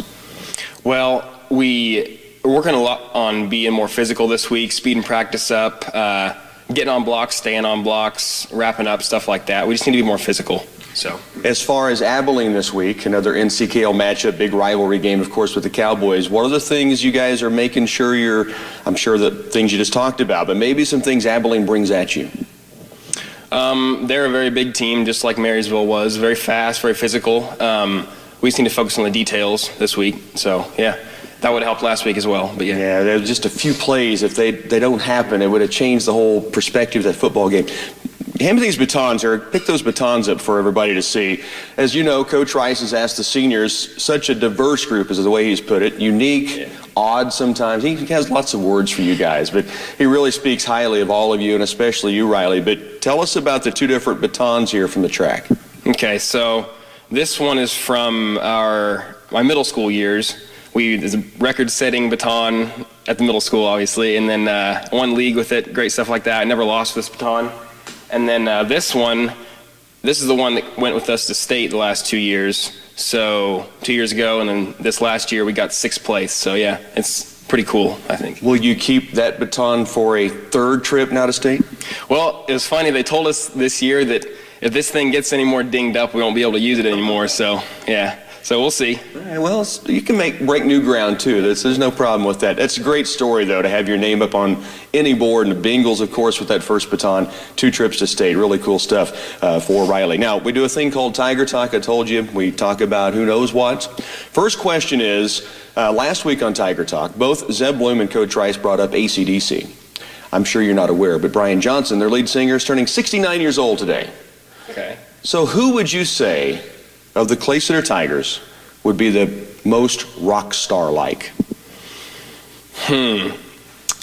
Probably Parker Folks. You know, he's just got the hair. You know, he can do the headbang, so I think Parker, yeah. He's got some rock star attitude, too. Oh, yeah, definitely. Yeah, I think so. All right, number 2, pumpkin season, if you will, since fall is here. You like pumpkin pie? Love it. Mm-hmm. Okay. Cool Whip or no? Cool Whip. Okay, very good. And last question is, debates going on. A lot of people paying attention to presidential, vice presidential debates. Who is most likely on your team to A, get in an argument, and B, win that argument? Adam Ebert, 100%. He'll argue with you about anything. And does he win? Always. He won't stop until he wins. So yeah. You kind of don't want to get in that argument then. No, you don't. So it's great stuff. Riley Griggs, you hadn't had a touchdown since last year, so that means you got it going now. You'll keep it going. Hopefully. Very good. Riley Griggs with. Are you tired of wondering where your certified wheat came from? Or are you tired of overpaying for new seed wheat? Old East Seed is offering their direct buying program on new certified wheat seed. With the downturn in the wheat prices, Old East Seed understands the struggles growers go through when making new purchase decisions. Call Old East Seed today to book your direct seed purchases at $8.70 per unit and premium full seed treatment for $4.50. Call Old East Seed today, where they have your back. 2014, Chet, the Clay Center Tigers are hanging in there. Some way, somehow, they fought and clawed. They're down just 6. Oh, absolutely. They've made a game out of it. The Abilene players and coaches know they have not been able to stop our offense from moving down the field, right? And that's going to be a little concerning to any defensive coordinator. And, what we did was we got ourselves back in the game.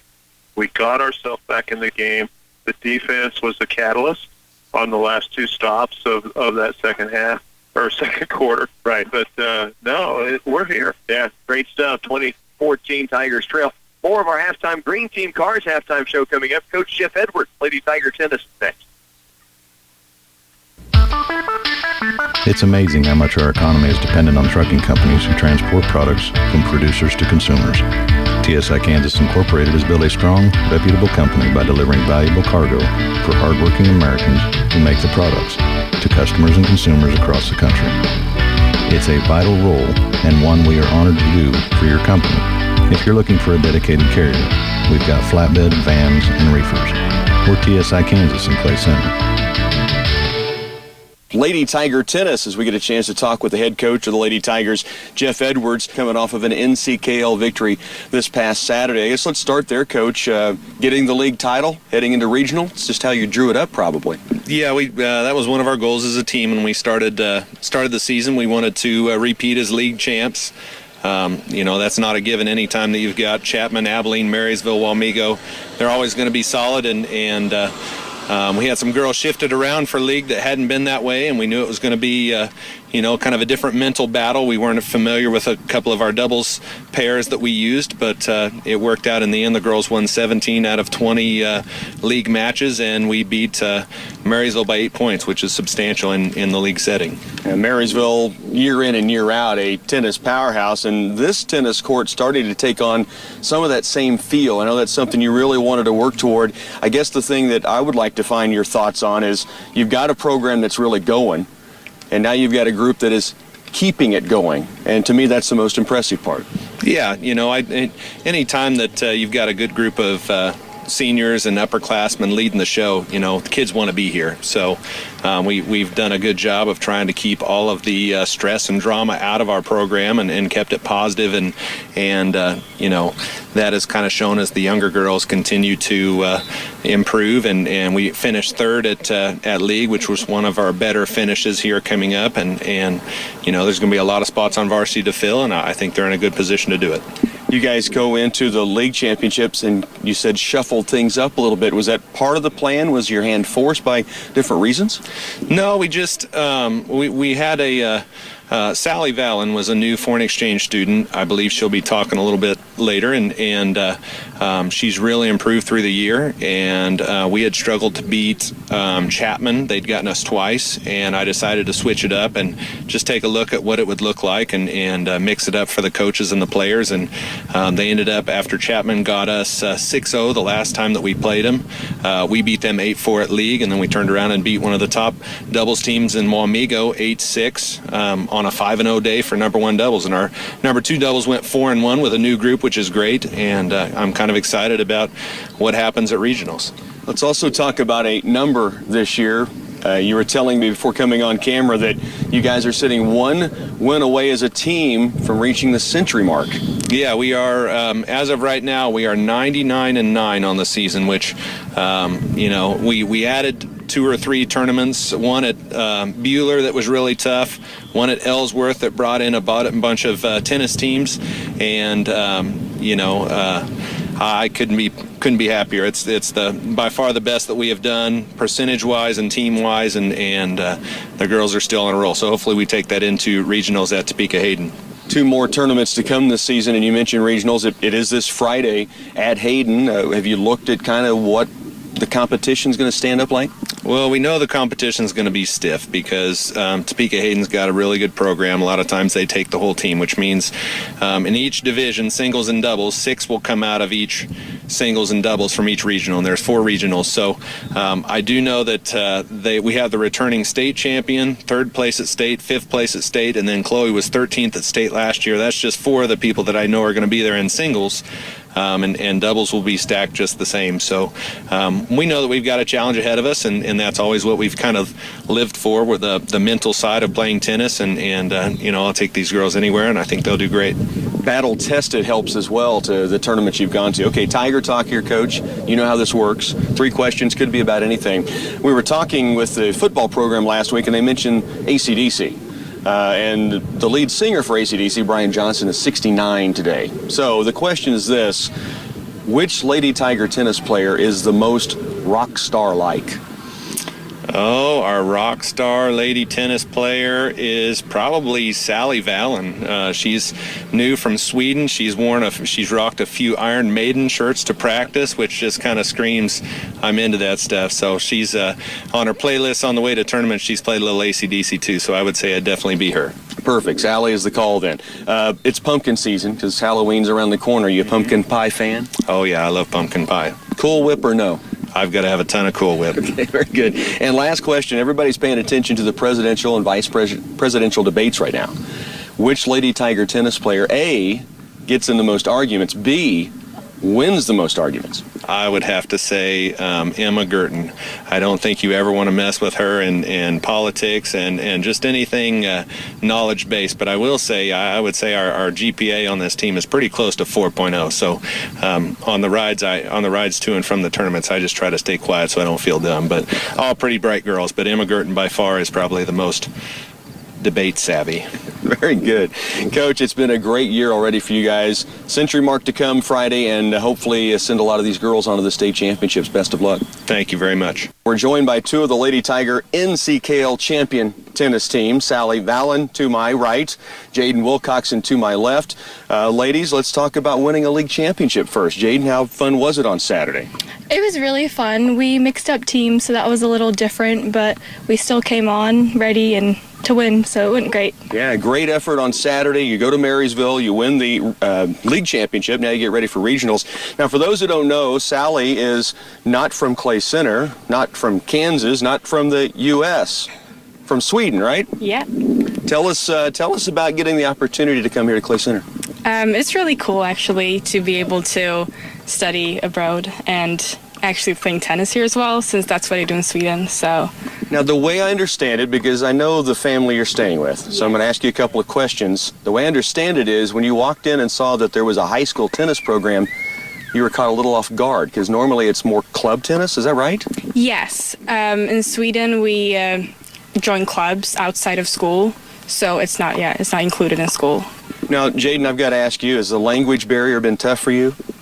No, not really. She speaks really well, and we communicate pretty good so far. We have a little different lingo. Instead of alley, she says corridor, but otherwise it's good. That's great stuff. Okay, now you guys have regionals coming up on Friday. You go to Topeka Hayden. Does that mean anything to you, the name Topeka Hayden? Not really. I'm not really sure where it is, actually. And I figured that a lot of people around here will know exactly what that means because they're a bigger 4A school. You guys have a pretty good opportunity this weekend to go to the state tournament. Have the other teammates kind of told you what getting to state is all about? Yes, they have. Well, it's a quite big deal. It is. And you're excited to make that happen? Yes, I am. Really excited. Jaden, as for you going into regionals this weekend, I'm sure you know all about Hayden and what that means. How has the week gone coming off of a league championship and trying now to shift gears and get ready for regionals? It's been a little different. I mean, we're a little bit more focused, I think. Yesterday we weren't able to practice, so that was a little odd because of the hail and the storms, but I think we're just going to continue working hard until the regionals. You bet. And that happens on Friday at Topeka Hayden. Okay, we do something called Tiger Talk. And this could be, it's 3 questions, could be about anything. Okay? The first question that I brought up was last week on Tiger Talk, we talked with the football team. And they both mentioned, Zeb Bloom, Coach Rice, said their favorite pump-up song was AC/DC, something from AC/DC. So my question, by the way, Brian Johnson, who's the lead singer of AC/DC, is 69 today, okay? So my question is, on this team, which Lady Tiger tennis player is the most rock star type? Ooh, I'd probably say Emma Gurton. Emma Gurton, okay. She's just really outgoing, and she's a singer, and she's not afraid to just sing out and dance and have fun. Perfect. Sally, who is the most rock star on this team?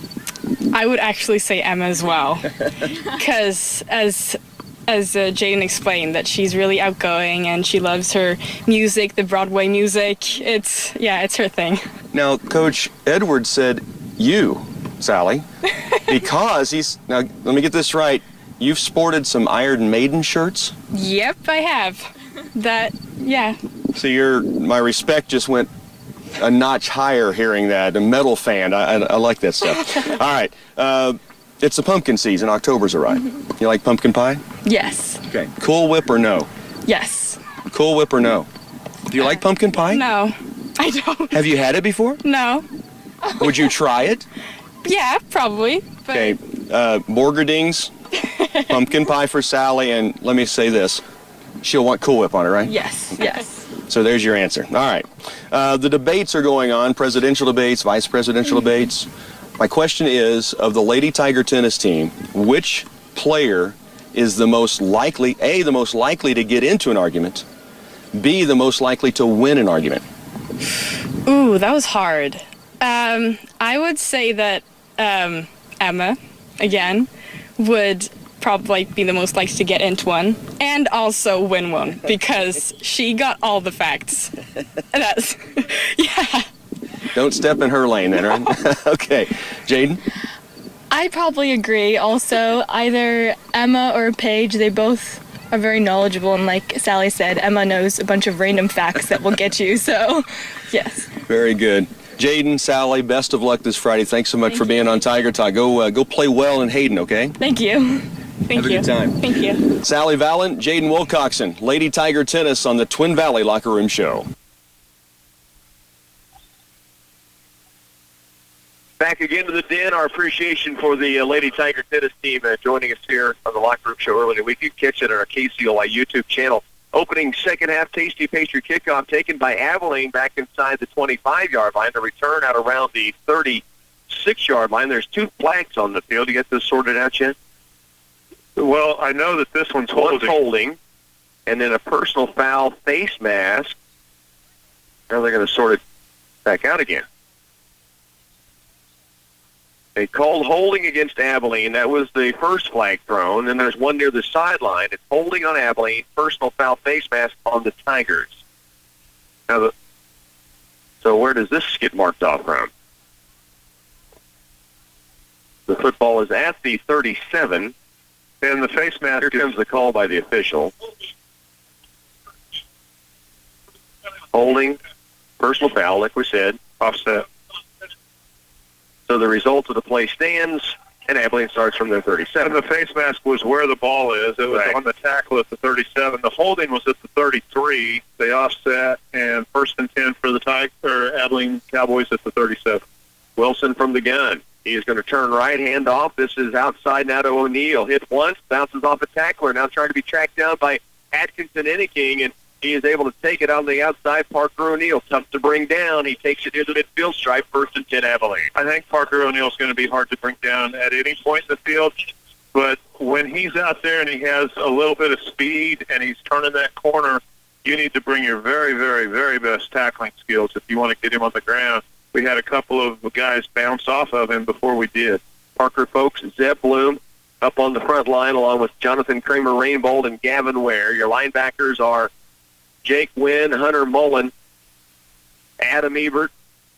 Outside is Anthony Atkinson-Inniking. Here's a play left side by Wilson, is going to keep it himself, gets through the lane left, and is going to be ripped down at about the 40-yard line. He fell awkwardly on a tackle by Adam Ebert. The penalty flag comes in on the tackle. Now, I think Wilson got kind of doubled over, but I don't. If this is a horse collar call, I'm going to disagree. I am too. It was. He had a grip low on his jersey. Right. Low on the back. He's waving it off. Okay. And good for the officials. They talked it over and made the right call. It looks awkward. I give it that. Yeah. Because he went down so weird and doubled over backwards, but it was not a grab up near the collar. But I don't want to see any football player go down with that look.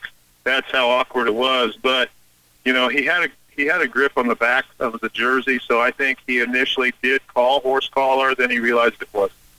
Wilson from the gun, two backs stand beside him. Abilene moving on their first possession. Wilson runs right side, now back in the middle. He runs right into the Tiger defense. He'll be dropped. Hunter Mullen, Jake Wynn, Zeb Bloom, all on the play. It's a loss of a yard. Well, those first two had him low, and Zeb Bloom says, I'll take him high, and that's the part that drove him back. Can I crash the party, if you will?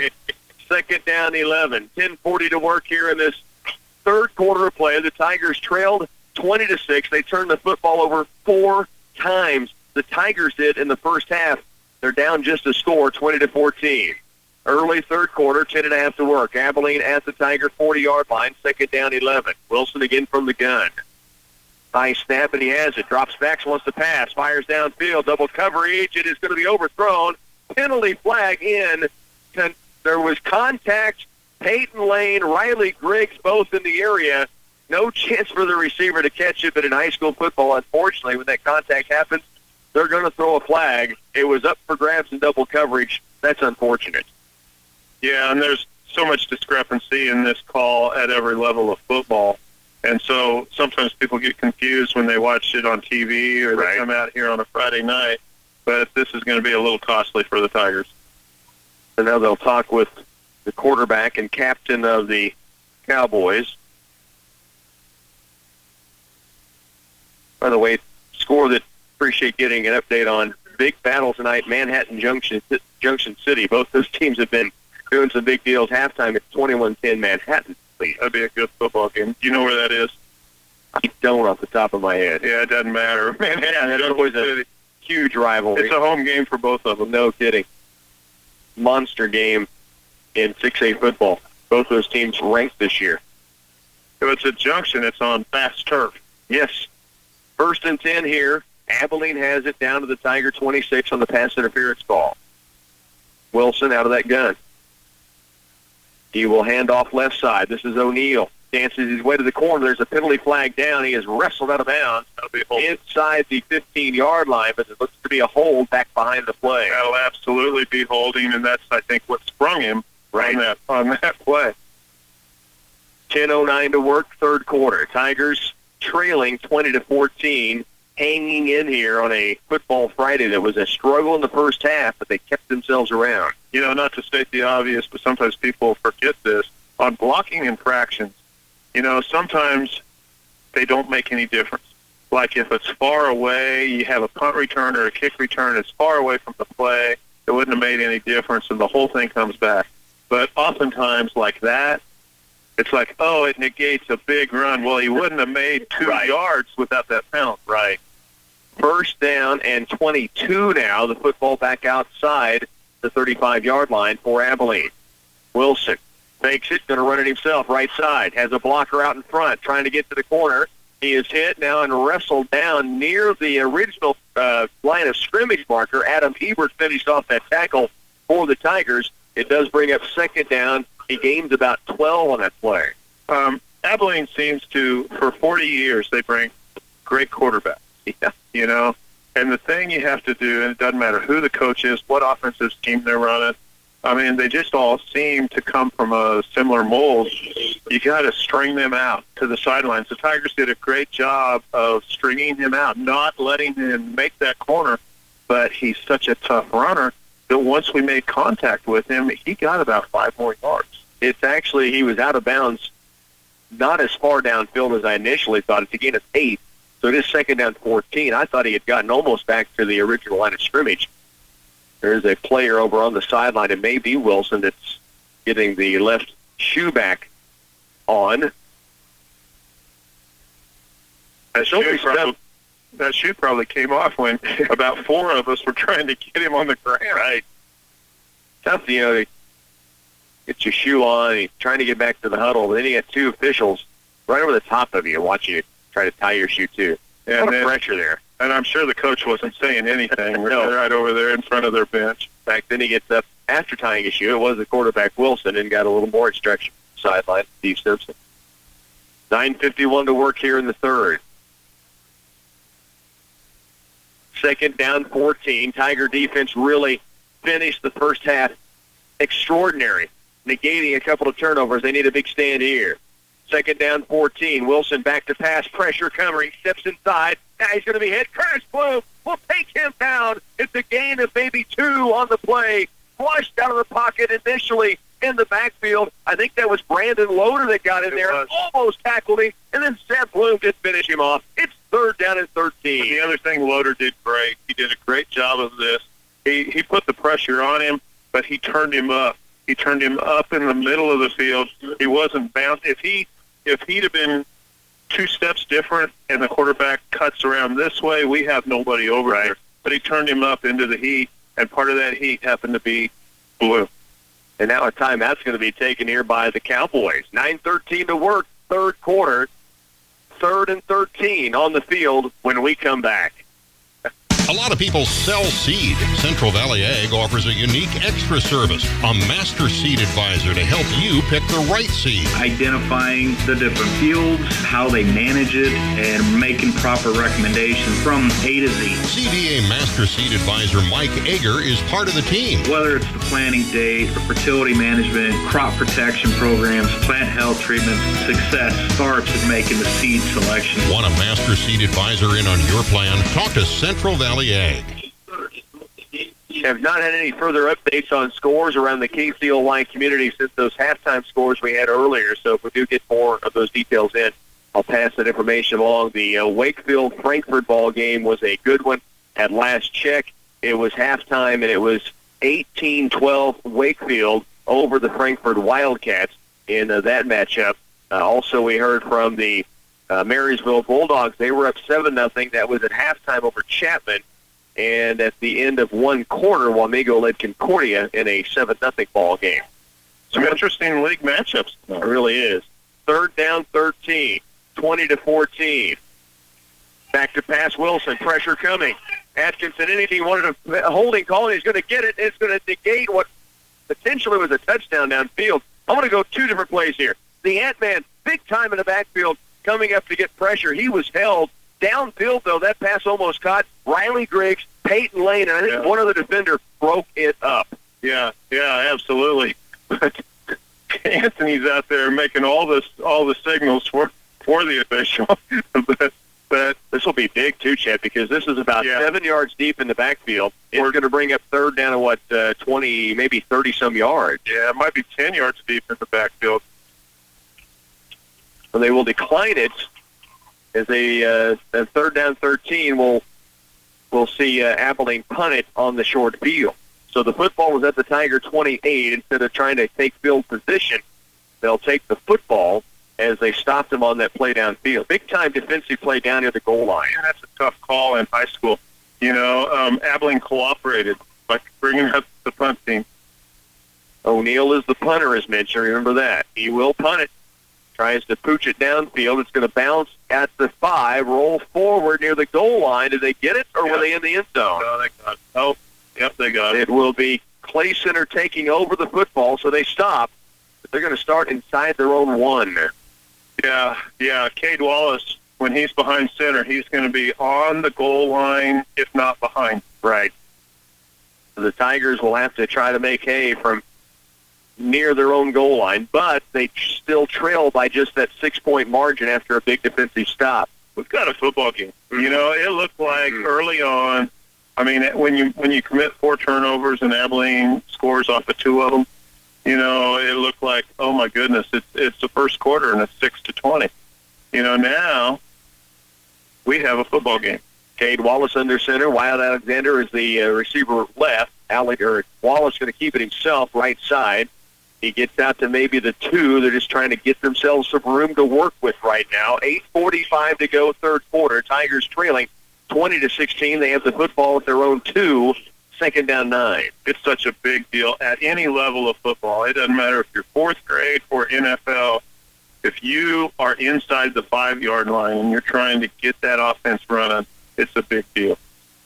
Again, Alexander is left. Levi Fitzenmeyer, the back behind Cade Wallace. And then you have Adam Ebert and Riley Griggs, the wingbacks. In motion goes Griggs. Handoff underneath. Fitzenmeyer gets out to the 5-yard line. A little bit more room for the Tigers to work with here. As Levi Fitzenmeyer bowls his way out across the 5. It'll be third down and 5 yards to go from maybe the 6-yard line. Tell you what, Levi Fitzenmeyer is a tough runner. We talk about that all the time. He gets his yards. He oftentimes cuts up. And that time he cut up right into the tackler. So third down 5, 7:40 left to work third quarter. Tigers stopping Abilene after a drive took them inside Tiger territory. And now the Tigers faced with 3rd and 5 and a long field ahead. Pitch out right side. And not much room to run for the Tigers this trip. And it'll be a tackle made out near the 8-yard line, maybe the 9. Adam Ebert, was that the carrier, Riley Griggs? I couldn't see who had it. It is Griggs who ran it right and ran into a pack of Abilene Cowboys and was taken down. The Tigers will be forced to punt on 4th down and a couple to go. Yeah, the Tigers got 8 of the 10 that they needed, but it's not exactly 4-down situation when you're inside your own 10-yard line. And I'll give Riley Griggs a lot of credit because he ran into 2 defenders out there and had nowhere to go, and he got some forward progress by just putting his head down and pulling forward. Yeah, he got a little folded up. Abilene comes after it. Cade Wallace gets a good one away. It's going to bounce and be downed by Peyton Lane at about the Tiger 44-yard line. But Cade Wallace punting back near his own goal line. They came after him. He got it away. So they don't flip the field by any means, but they're back at business anyway. 2 good things happened there. First of all, the kick that Wallace got away, it was not something that they could field. It was not something that they could put a return on because of the way it was flying and the way it bounced. Then Peyton Lane saved a lot of yards right there because that ball started bouncing back the wrong way for the Tigers. He got his hand on it, got it stopped. 6:42 to work third quarter. Abilene takes the football back over, leading 20-14 here in the third. Wilson, handoff to O'Neal left side. He is going to be tackled by Adam Ebert. Help coming from Peyton Lane, and also in on the play, Jake Wynn. It will be a gain of 4 or 5, though, on the first down carry, and brings up second down. Do an update on the Wakefield. They've scored again. 45-yard pass play from Skylar Merritt to Andrew Rothfuss, 24-12. They're in the third quarter. They lead Frankfurt. Second down and 5 yards to go for the Cowboys. Now it's the Tiger 37-yard line. Wilson under center. Turns right side. Handoff underneath. Zeb Bloom, the first contact. Jake Quinn will finish it off against Parker Bass. He does get to the 35-yard line. It brings up third down and 2. And the Abilene runner did a good job holding on to that ball because Zeb hit him. He hit him hard. He hit him in the right place. And he also happened to hook that ball while he had the running back in his grasp. And I was just waiting for that ball to come out and have a turnover go the other way for one.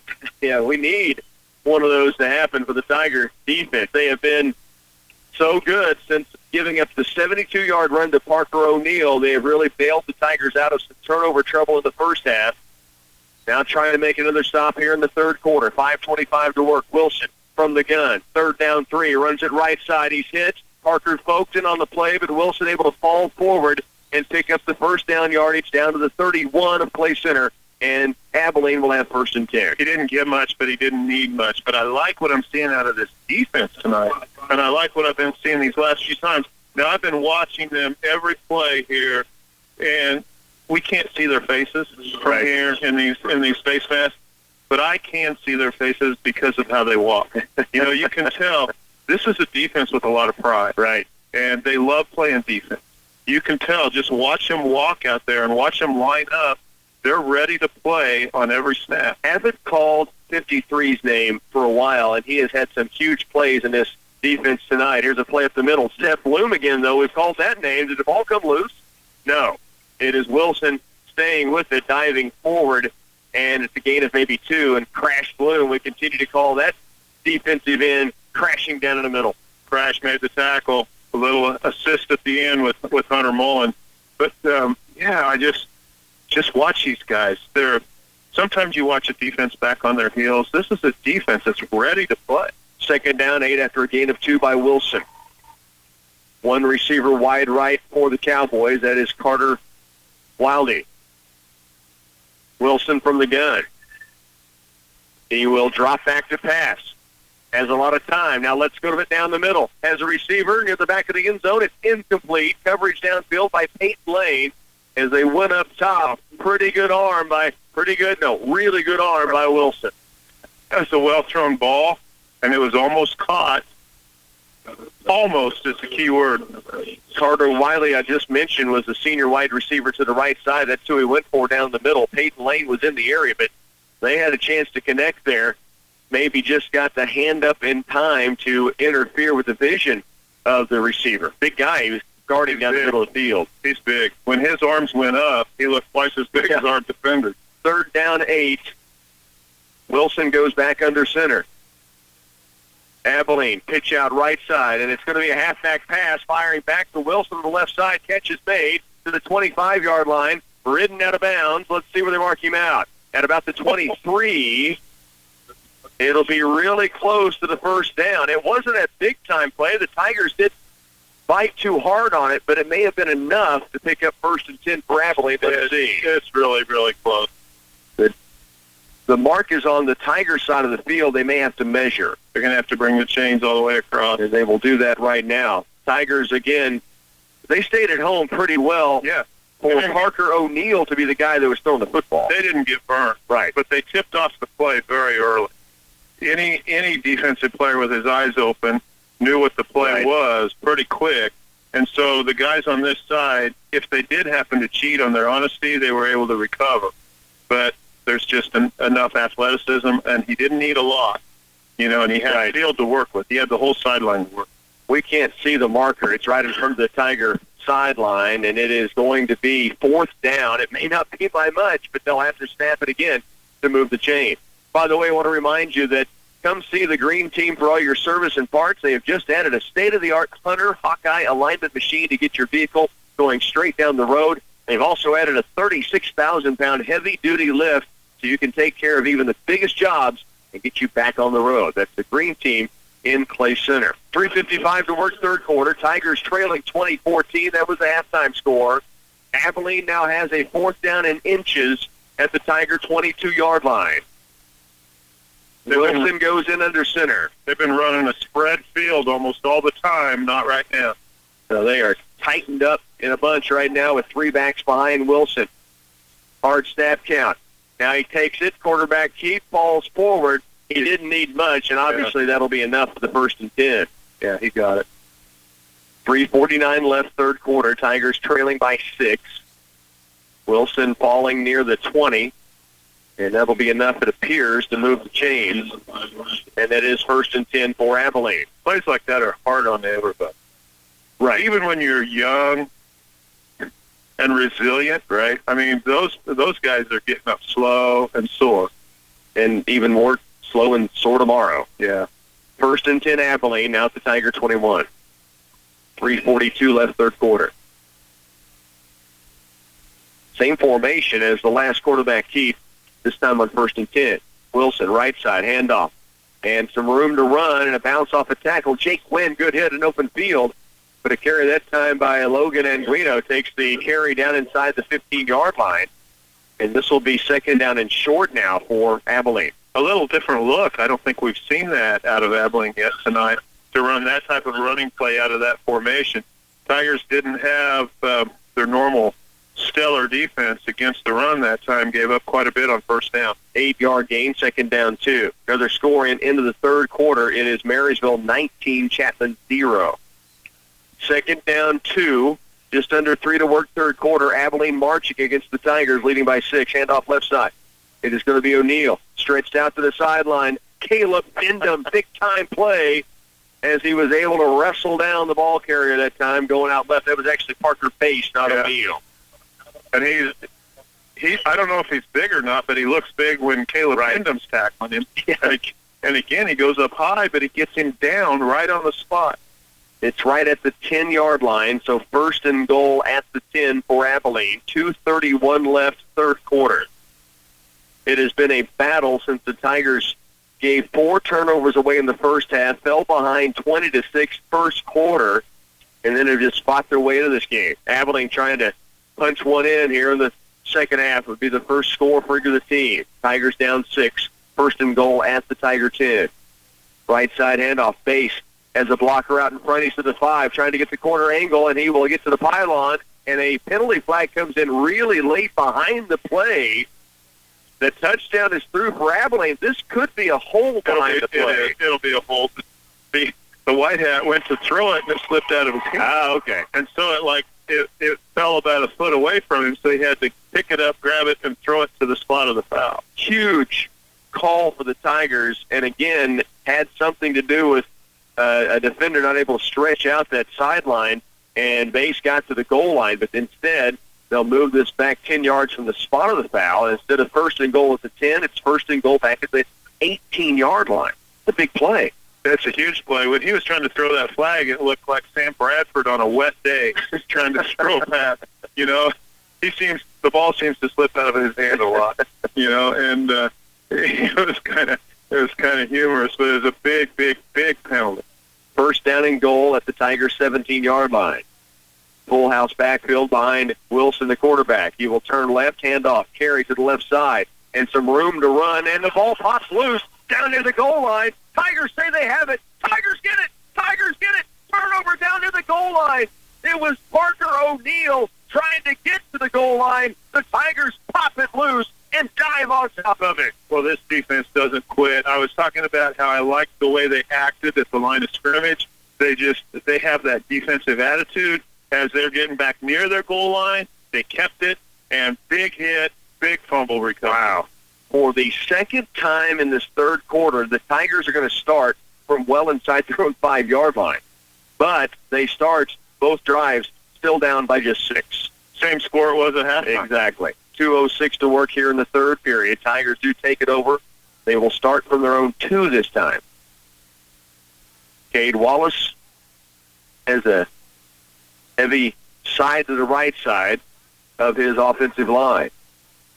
Wallace, up the middle it goes, and good yardage out across the 5 near the 7-yard line. Levi Fitzenmeyer picks up about 5 on the first down carry, and that's some good room and a manageable yard and distance now for the offense. Any coach in America would take that on first down from where they were.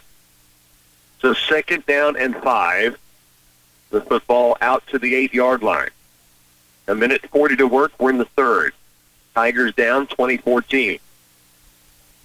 This has huge implications in the NCKL. Abilene yet to lose a league game with district play beginning next week.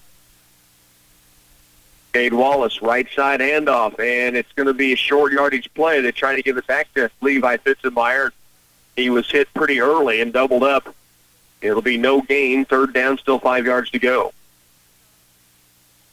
Well, I put that fumble recovery as a candidate for the block of the game. It very well could be. You know, oftentimes we're looking for a block, you know, to spring a runner, but that block to score. Under a minute, third quarter. Third down 5. Tigers with the football. Cade Wallace under center. He starts Briggs in motion, now brings him back into position. First 2 times the Tigers did that opening series, they drew Abilene offside. Yeah. Haven't since that time. Wallace back under center. Griggs again in motion. Hand off. Levi Fitzenmeyer tries to dig his way out to the 15-yard line. That's a first and 10 carry, it looks like, for the Bull. And that's just little extra efforts from your offensive line and from the junior fullback who's able to dive and scrape and claw his way forward.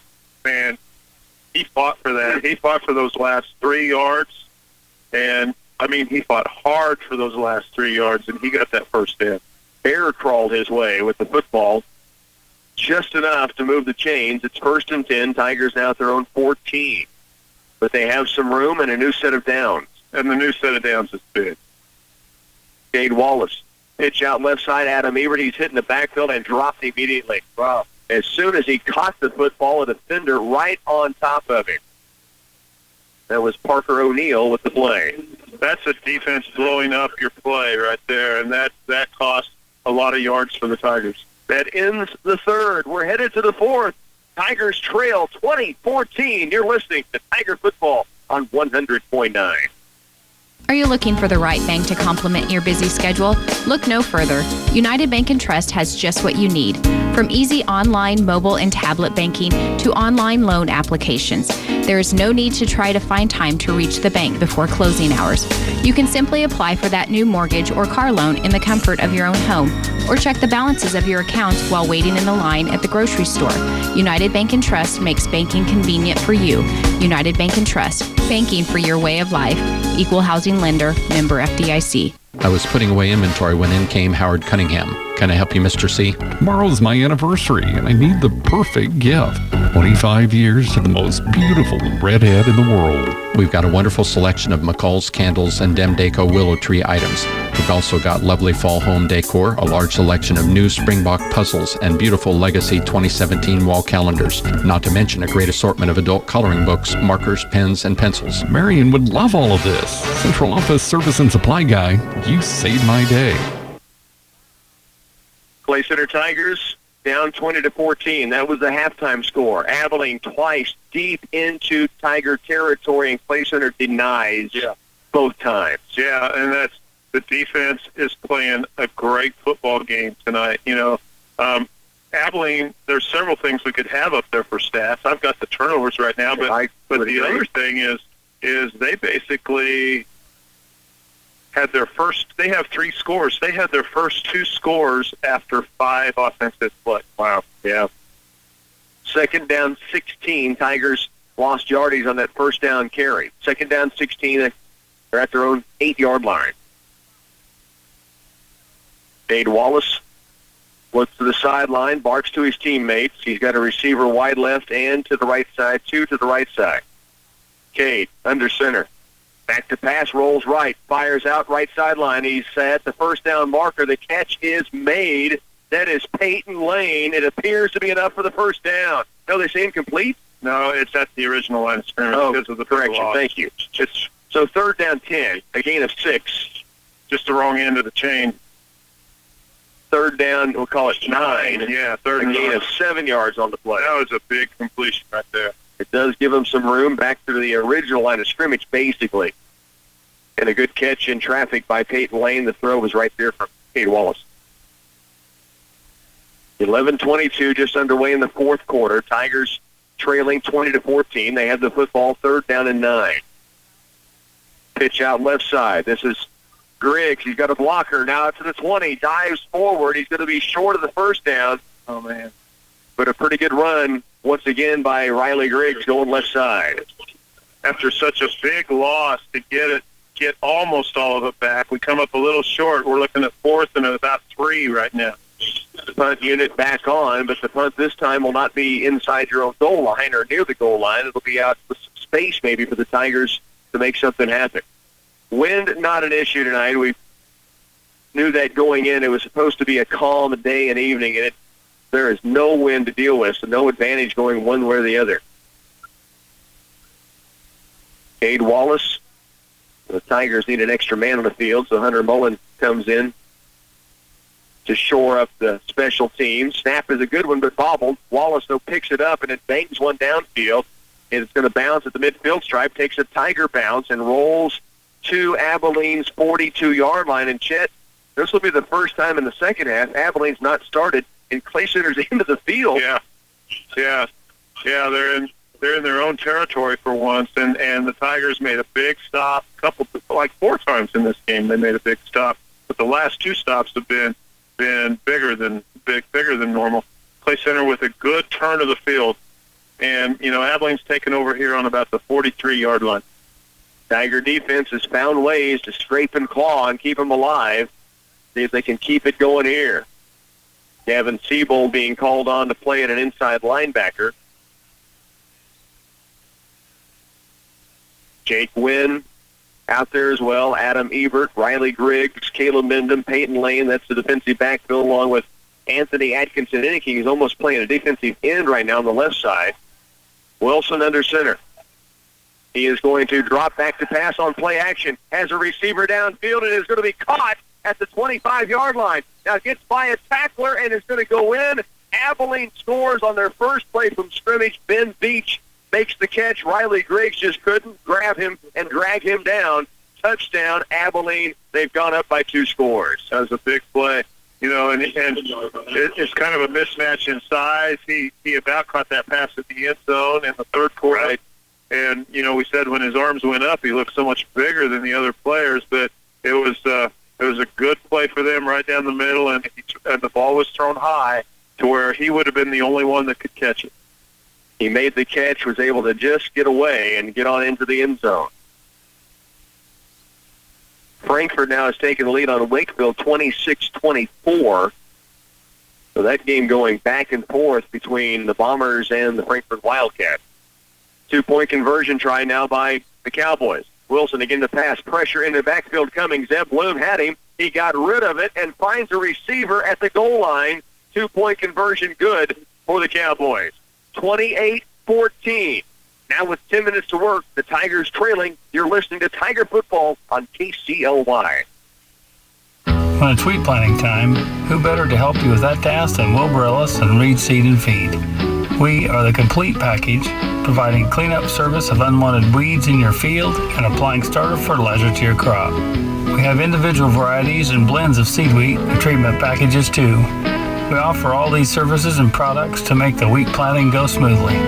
For the total package, wrapped up and tied a pretty bow, give us a call at Wilbur Ellis and Reed Seed and Feed. State Farm is proud to support the people who make this community great. From our kids clubs, sports, and organizations to local projects like the Lake Center Zoo, we are proud to keep our dollars and ideas local and encourage you to do the same. For insurance, banking, and investments, contact me, David Borgerding, 1028 Downtown Play Center. Trust State Farm's financial strength.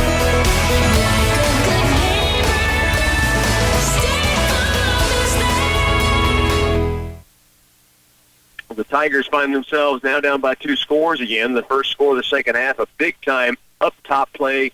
Brian Wilson hitting Ben Beach down the field for 57 yards. Here's the kickoff from Abilene.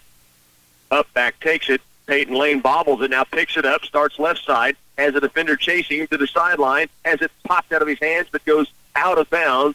Play Center will have possession. They'll start from their own 25-yard line. A lot happened in that. Yes, indeed it did, yes. That kick return that went about 5 yards. Ball got popped up in the air, then bobbled and picked up and popped out of Peyton Lane's hands, but all was good. The Tigers do take over the football, trailing now 28-14, 9:51 left to go in this ball game. So the Tigers will have it. Play center up on the front row. McCade Melius to his right is Parker Folks. Brandon Loader to his left is Jake Wynn and Holden Heigl. Anthony Atkinson Inniking to the left. Wyatt Alexander to the right. Adam Ebert, Riley Griggs, Levi Fitzenmeyer, your running backs. Cade Wallace under center. In motion goes Griggs. Hand off underneath. Ball loose again. Wallace pulled it out of the belly, and then it went to the turf. But Cade was able to dive on top of it and keep possession for the Tigers, but they lose it down. Tigers had 4 first-half turnovers. They did force 1 turnover against the Cowboys here in the second half. Second down and 11. They lost a yard on that play as the ball was fumbled to the ground, and again, Cade Wallace able to cover it back up. 9:19 left here in this contest. Cade Wallace set to work. In motion goes Adam Ebert. Handoff underneath. Levi Fitzenmeyer spins off a tackle, still on his feet. He takes it all the way out to the 43-yard line. 1st and 10 Tigers. Levi Fitzenmeyer. The Bull does it again. The Bull is such a great nickname for him because he just refuses to go down. And those last 2 attempted tackles by Abilene that time, those would have tackled anybody. You know, they really would have. And he spun. They did spin him around, but he did not go to the ground. Spins, but keeps going south the entire time. Yeah. First down and 10. Here's Cade Wallace. Keeps it himself. He's got good yardage. Midfield strife a little bit more. That'll be a gain of maybe 8. Second down and short for the Tigers. They move it just across the 50-yard line. Great run by Cade that time. Great read. He picked that seam, and he headed upfield, and it's a short 2 to go with second down. Second down 2. Tigers have it right at the midfield stripe. Another Bomber update when we get this play finished here for Clay Center. Cade Wallace. Ebert goes in motion left to right. Handoff underneath. Fitzenmeyer. He breaks free again, almost breaking it all the way. He gets down to the 35-yard line. The Tigers first and 10 again, and he is racking up some yards. He is again, and, you know, Levi Fitzmeyer is that guy that if you want to know how many yards he has for the season, just count how many games we have and take it times 100. It's going to be right there, isn't it? It is. First and 10 here, 8:03 to work. Tigers down by 14, but marching in the fourth quarter. Cade Wallace has Atkinson anything left. Peyton Lane wide right. Actually, both are pretty tight in formation. Ebert in motion again. Back to pass. Wallace fires across the middle, has a receiver. Peyton Lane the catch. Down near the 22-yard line. Big play Lane. And what a throw from Cade Wallace. Wow. I love that play so much. I love that play in high school. I love it with the quick tight end slant as well. But any quick play like that when the guy is not afraid, Peyton Lane's not afraid of anything in the middle out there. As a matter of fact, he invites a little bit sometimes. But I love that play, and they're athletic enough to make it happen. First down 10, Tigers driving, 7.5 to work in the ball game. They trail by 14 points, but have it now at the Abilene 22. Wallace looks left side, hands it off again. Fitzenmeyer dives inside the 20. He's going to pick up 3, maybe 4 yards. Want to get you that update on the Wakefield Bombers. This game going back and forth between the Bombers and the Frankfort Wildcats. The first play after Frankfort scored, it was Skylar Merritt hitting Andrew Rothfuss on a 58-yard touchdown pass, and then the 2-point conversion, 32-28. Now Wakefield leads the game. Wow, what a game. 6:55 to work here. Tigers down by 14, moving it. Fitzenmeyer underneath. Not much there. Maybe gains a yard. It brings up third down and long.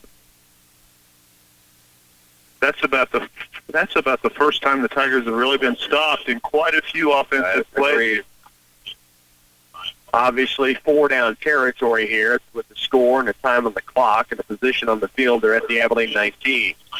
Also, end of third, Wamego 22, Concordia 22. That gets tied going to the fourth. Wow. Third down 7. 6:15 to work in the game. Tigers trail by 2 scores. The Abilene 19. Wallace pitch out right for Ebert, trying to get the corner. Now cuts against the grain. Gets inside the 15-yard line. It'll be fourth, and still a couple, maybe 3 to go. Yeah, he didn't pick up the first down, but he got enough yards to make it real interesting here on fourth down. 6:06 to work. Obviously, you would see the Tigers going for it here. Down by the 2 scores. Short time on the clock and the short field. They're at the Abilene 15-yard line. They quickly line up. They have 3 yards to get for first down yardage. Ebert in motion. Now stops behind Cade Wallace. Goes back into position. They'll look to the sidelines for the call. Better watch his clock. Cade Wallace now stands back in under center. They have started the 5 count. Wallace, and they are going to take a timeout here on a very important play with 6:06 to go in this game. Down 28-14. Tigers at the Abilene 15-yard line. Face fourth down when we come back. The new signature wraps from Subway are bursting with flavor, packed with double the meat and just $6.50 each. Try the hearty habanero roasted chicken, the savory chicken Caesar, or the tasty turkey bacon and guacamole, all wrapped in a delicious wrap flavor of your choice: spinach, tomato basil, or habanero. There's also a roasted red pepper hummus wrap for veggie lovers. Try the delicious new signature wraps, all just $6.50 each. Subway. For limited time only at participating restaurants, plus tax, additional charges for extras. Once again, I want to thank our halftime sponsor, Green Team Cars. A special group of program SUVs has just arrived at Green Team. Chevy Traverses, Equinoxes, Dodge Journeys, Jeep Cherokees, Chevy Traxxas, Dodge Durangos, and Jeep Compasses Save thousands and still have factory warranty. Come see the best selection of program SUVs in the area at the Green Team in Place Center 802 West Crawford. Here the Tigers are down 28-14, 6:06 to work in the fourth quarter, and faced with 4th down and 3. And the Tigers were nearing a delay of game situation, and on a very important play, they get the timeout called. 4th down 3. Wallace under center. In motion goes Griggs. Now stops behind the quarterback. Goes back to the wing right. Ebert also in there to wing back. Pitzenmeyer, the running back behind Wallace. Lane and Atkinson Enneking are the receivers. 4th down 3. Wallace turns right, pitches right. Ebert cuts against the grain, trying to dig forward. He is going to be stopped shy, and the Tigers will turn it over on downs. Great effort by Ebert, but he had too many defenders in his way to have a chance to go downfield. Yeah, Abilene made a good stop there. The Tigers needed 3 yards to get a new set of downs and came up just a little bit short. Right at the 6-minute mark, 28-14, Tigers trailing.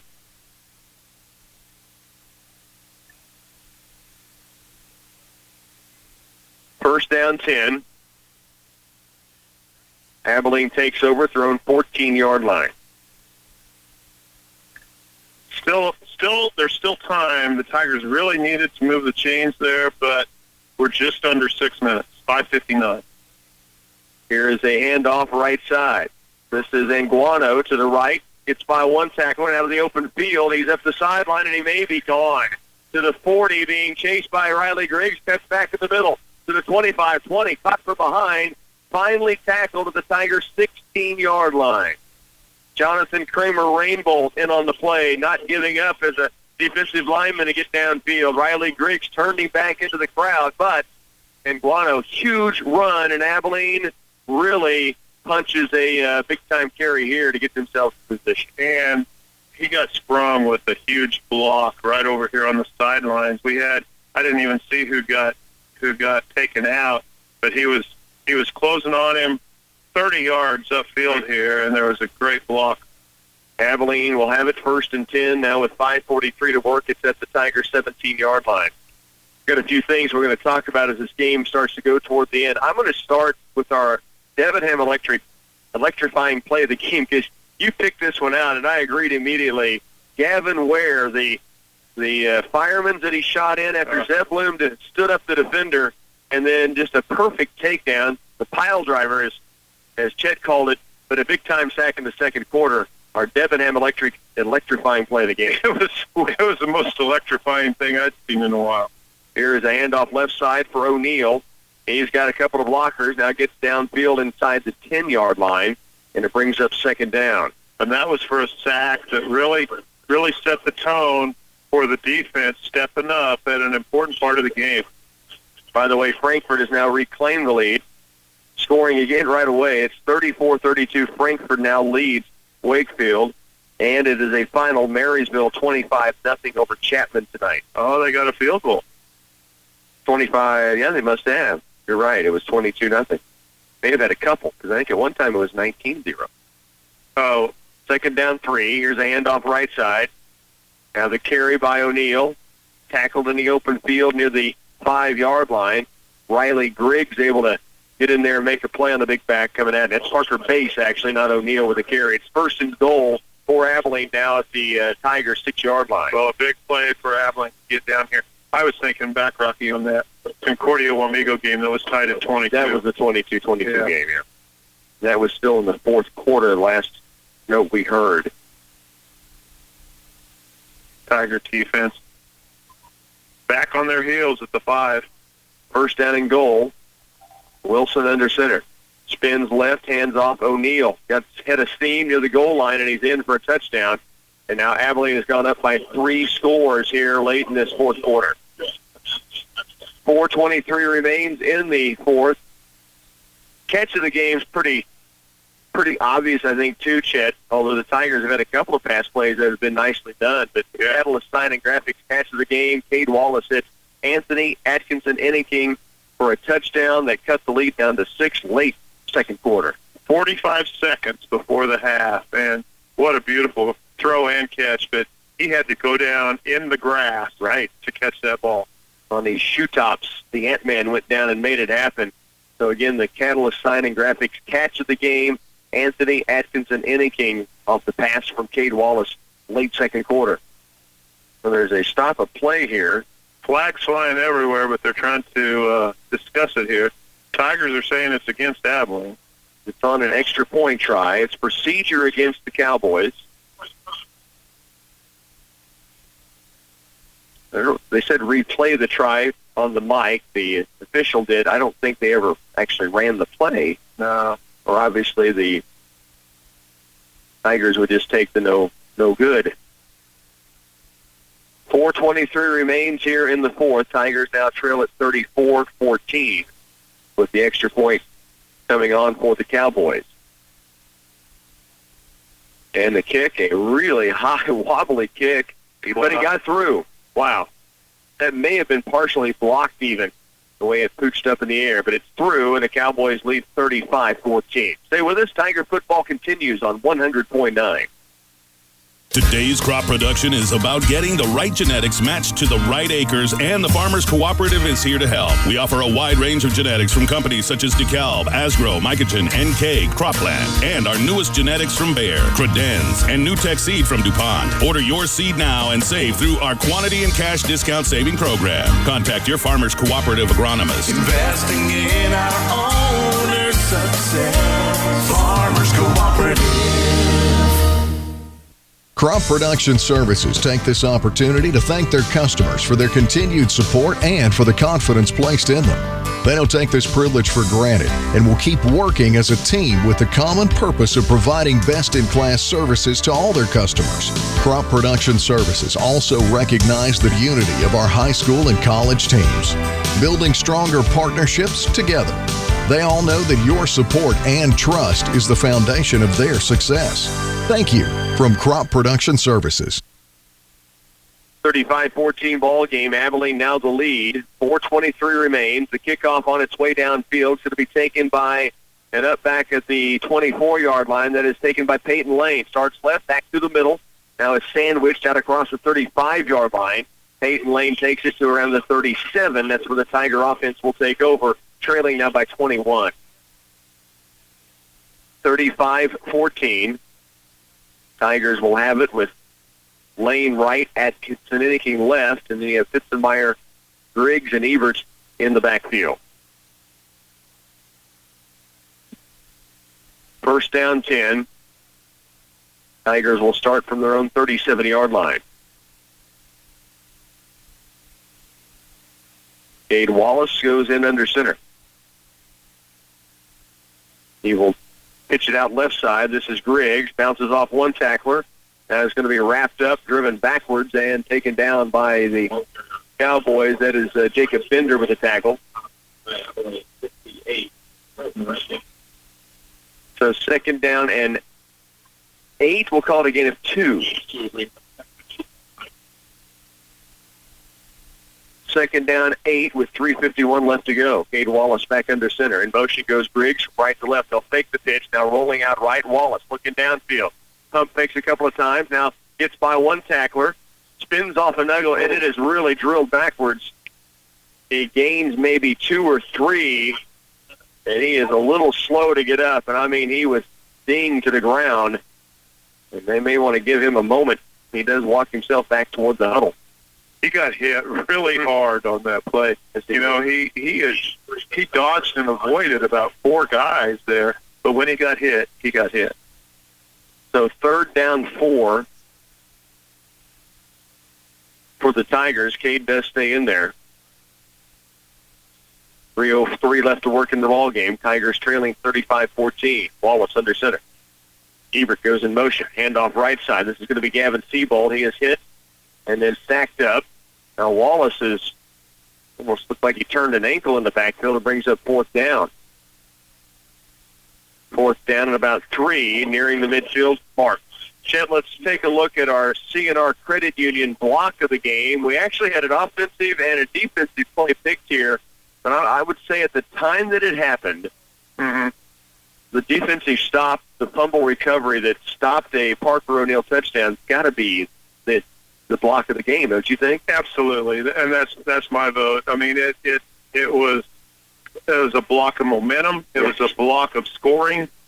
Tigers on fourth down, go for it, handoff Seabold, and just nothing there for the Tigers on offense, and they'll turn it over on downs with 2:09 to work. So you're seeing our credit union block of the game, the fumble recovery by the Tigers. That was at the 2:06 mark in the third quarter. Yeah, the third quarter was almost over, but Abilene was threatening to score, and we did end up at the quarter break with the same score as the half. Right, yeah, it was a big-time play, especially at the time that it took place. We're going to move over to your stat guy, Midwest Products stat of the game. There's all kinds of things to talk about, but I agree. 7.5 minutes, second quarter, the Tigers already had turned the ball over 4 times. That's just putting yourself at the bottom of a big hill, with a huge load in front of you that you're trying to push up that hill. It's really getting that set at a disadvantage early in the game, but they worked their way through that. Wilson's going to hand off Anguano. He has stood up and driven backwards. Several Tiger defenders in on the play. Parker's folks finished that thing off. He's going to get the big hit on it, but a good stop of the Tigers, a gain of maybe 1. Again, your Midwest Products stat of the game, 4 fumbles for the Tigers. That was with 7.5 minutes to go in the second quarter. They already had 4 turnovers, a pick, and 3 fumbles. That doesn't happen the way they were moving the football. Right. They likely lead it at that. Yeah, no, that just was such a turning moment in the game. Second down 9 for Abilene. Wilson stays in there with the 21-point lead, hands off to Parker Bass. He's got some open field to run. Now carries a tackler to the 20, still on his feet near the 15-yard line. Abilene driving here with 1:19 left to work. And I love this one, the Hundley Garage big hitter tonight. So often it's a defensive play. Right. Tonight it's an offensive play. Yeah, we switched 2 of the stats. Yeah. Hundley Garage big hitter was, if you remember Hunter Mullen, we call him the Bulldozer, and he absolutely bulldozed somebody downfield who came up to tackle him. He drove him 5-6 yards down the field. Yeah, he just went right over the top of him, right over the middle of his chest, and he just mulled him over. But it was in the first quarter, right, and it was for a first down. It was such a great play. Hundley Garage big hitter Hunter Mullen finishing a run big time. Abilene now goes to take a knee with 51 seconds remaining, and Abilene's going to improve to 6-0, and they have ran the table in the NCKL at this point. Tigers will suffer their 3rd loss on the year. This will be their 2nd league loss after falling last week, of course, to Marysville. Now, Abilene does still have Wamego on their schedule next week. That'll start district play for them. And again, they take a knee, and that's going to be the last snap of the ball game. Tigers lose 35-14 here at home against the Abilene Cowboys. Stay with us. Your postgame's on the way in just a moment. Life seems to get busier every day. The kids have sports practices and games. There's a mountain of laundry to do at home, plus trying to find some time to cook a decent meal and keep the house reasonably clean. I'm just so thankful I can quickly stop in at Ray's Apple Market and find everything I need. What I really like is that I feel like my kids are always safe when I'm shopping, and the staff is so friendly and helpful. Ray's Apple Market is our store. What happened? This house is too small. So let's buy a new house. But we can't afford a new house. Money doesn't grow on trees. That's why we'll go to United Bank and Trust. I heard they have low mortgage rates that are affordable for everyone. Well, then let's go right now. Stop and see me, Maria Fitzmeyer. Or me, Carla Sweet, at United Bank and Trust to talk about getting your new home loan process started. Or visit us online at ubankonline.com. United Bank and Trust. Banking for your way of life. Equal housing lender, member FDIC. Tigers fall here in a 35-14 final at the hands of the Abilene Cowboys, and that score doesn't really tell you what this game was about, but unfortunately it's something Coach Todd Rice talked about this week with me. He said depth is such a big asset for Abilene. They don't platoon everybody, but enough positions, and he said that's been he thinks the deciding factor the last 3 years when they've been close and they've been in it, and then the fourth quarter seems to kind of check away. Now, the Tigers put themselves behind the 8 ball early, obviously, but Abilene does pull away down the stretch for a 21-point win. Absolutely right. We saw the same thing last week when you talked depth at Marysville with numbers out there, and that can make a difference. But the Tigers did put themselves behind the 8 ball early, but they fought back out of it, and they turned this into a football game. Abilene was just able to turn it back around again in the fourth quarter. Tigers do get the 2 scores. Cade Wallace took one in, short yardage play first half, their first score of the game.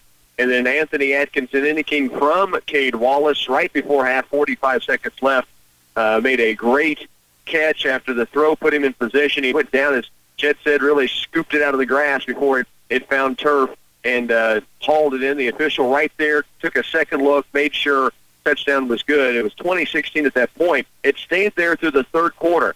But in the fourth, Abilene was able to break away, really played field position over the Tigers through much of the second half, and then had the 2 plays that got away from them. And the Tigers lose here 35-14. District play a week from tonight right back here as they take on the Chapman Irish here in the Den. They have Chapman, Rock Creek, Smoky Valley this year's district competition that begins a week from tonight. Tigers with a 35-14 loss. Again, tomorrow, the K-State Wildcats here on KCLY are hosting Texas Tech. You'll be in Lubbock watching the game, we're told. Yeah. Yeah? We're going to wear K-State shirts into Lubbock and watch the game down there. You and Kyle Bauer, be careful. The location you're playing with that purple on up there. They're in Lubbock. We'll be set. Pre-game tomorrow is at 4 p.m. here on KCLY. That's going to wrap it up here tonight for our studio engineer, Ernie Fancella. For Chet Carlson, this is Rocky Downing telling you to enjoy the rest of your Football Friday.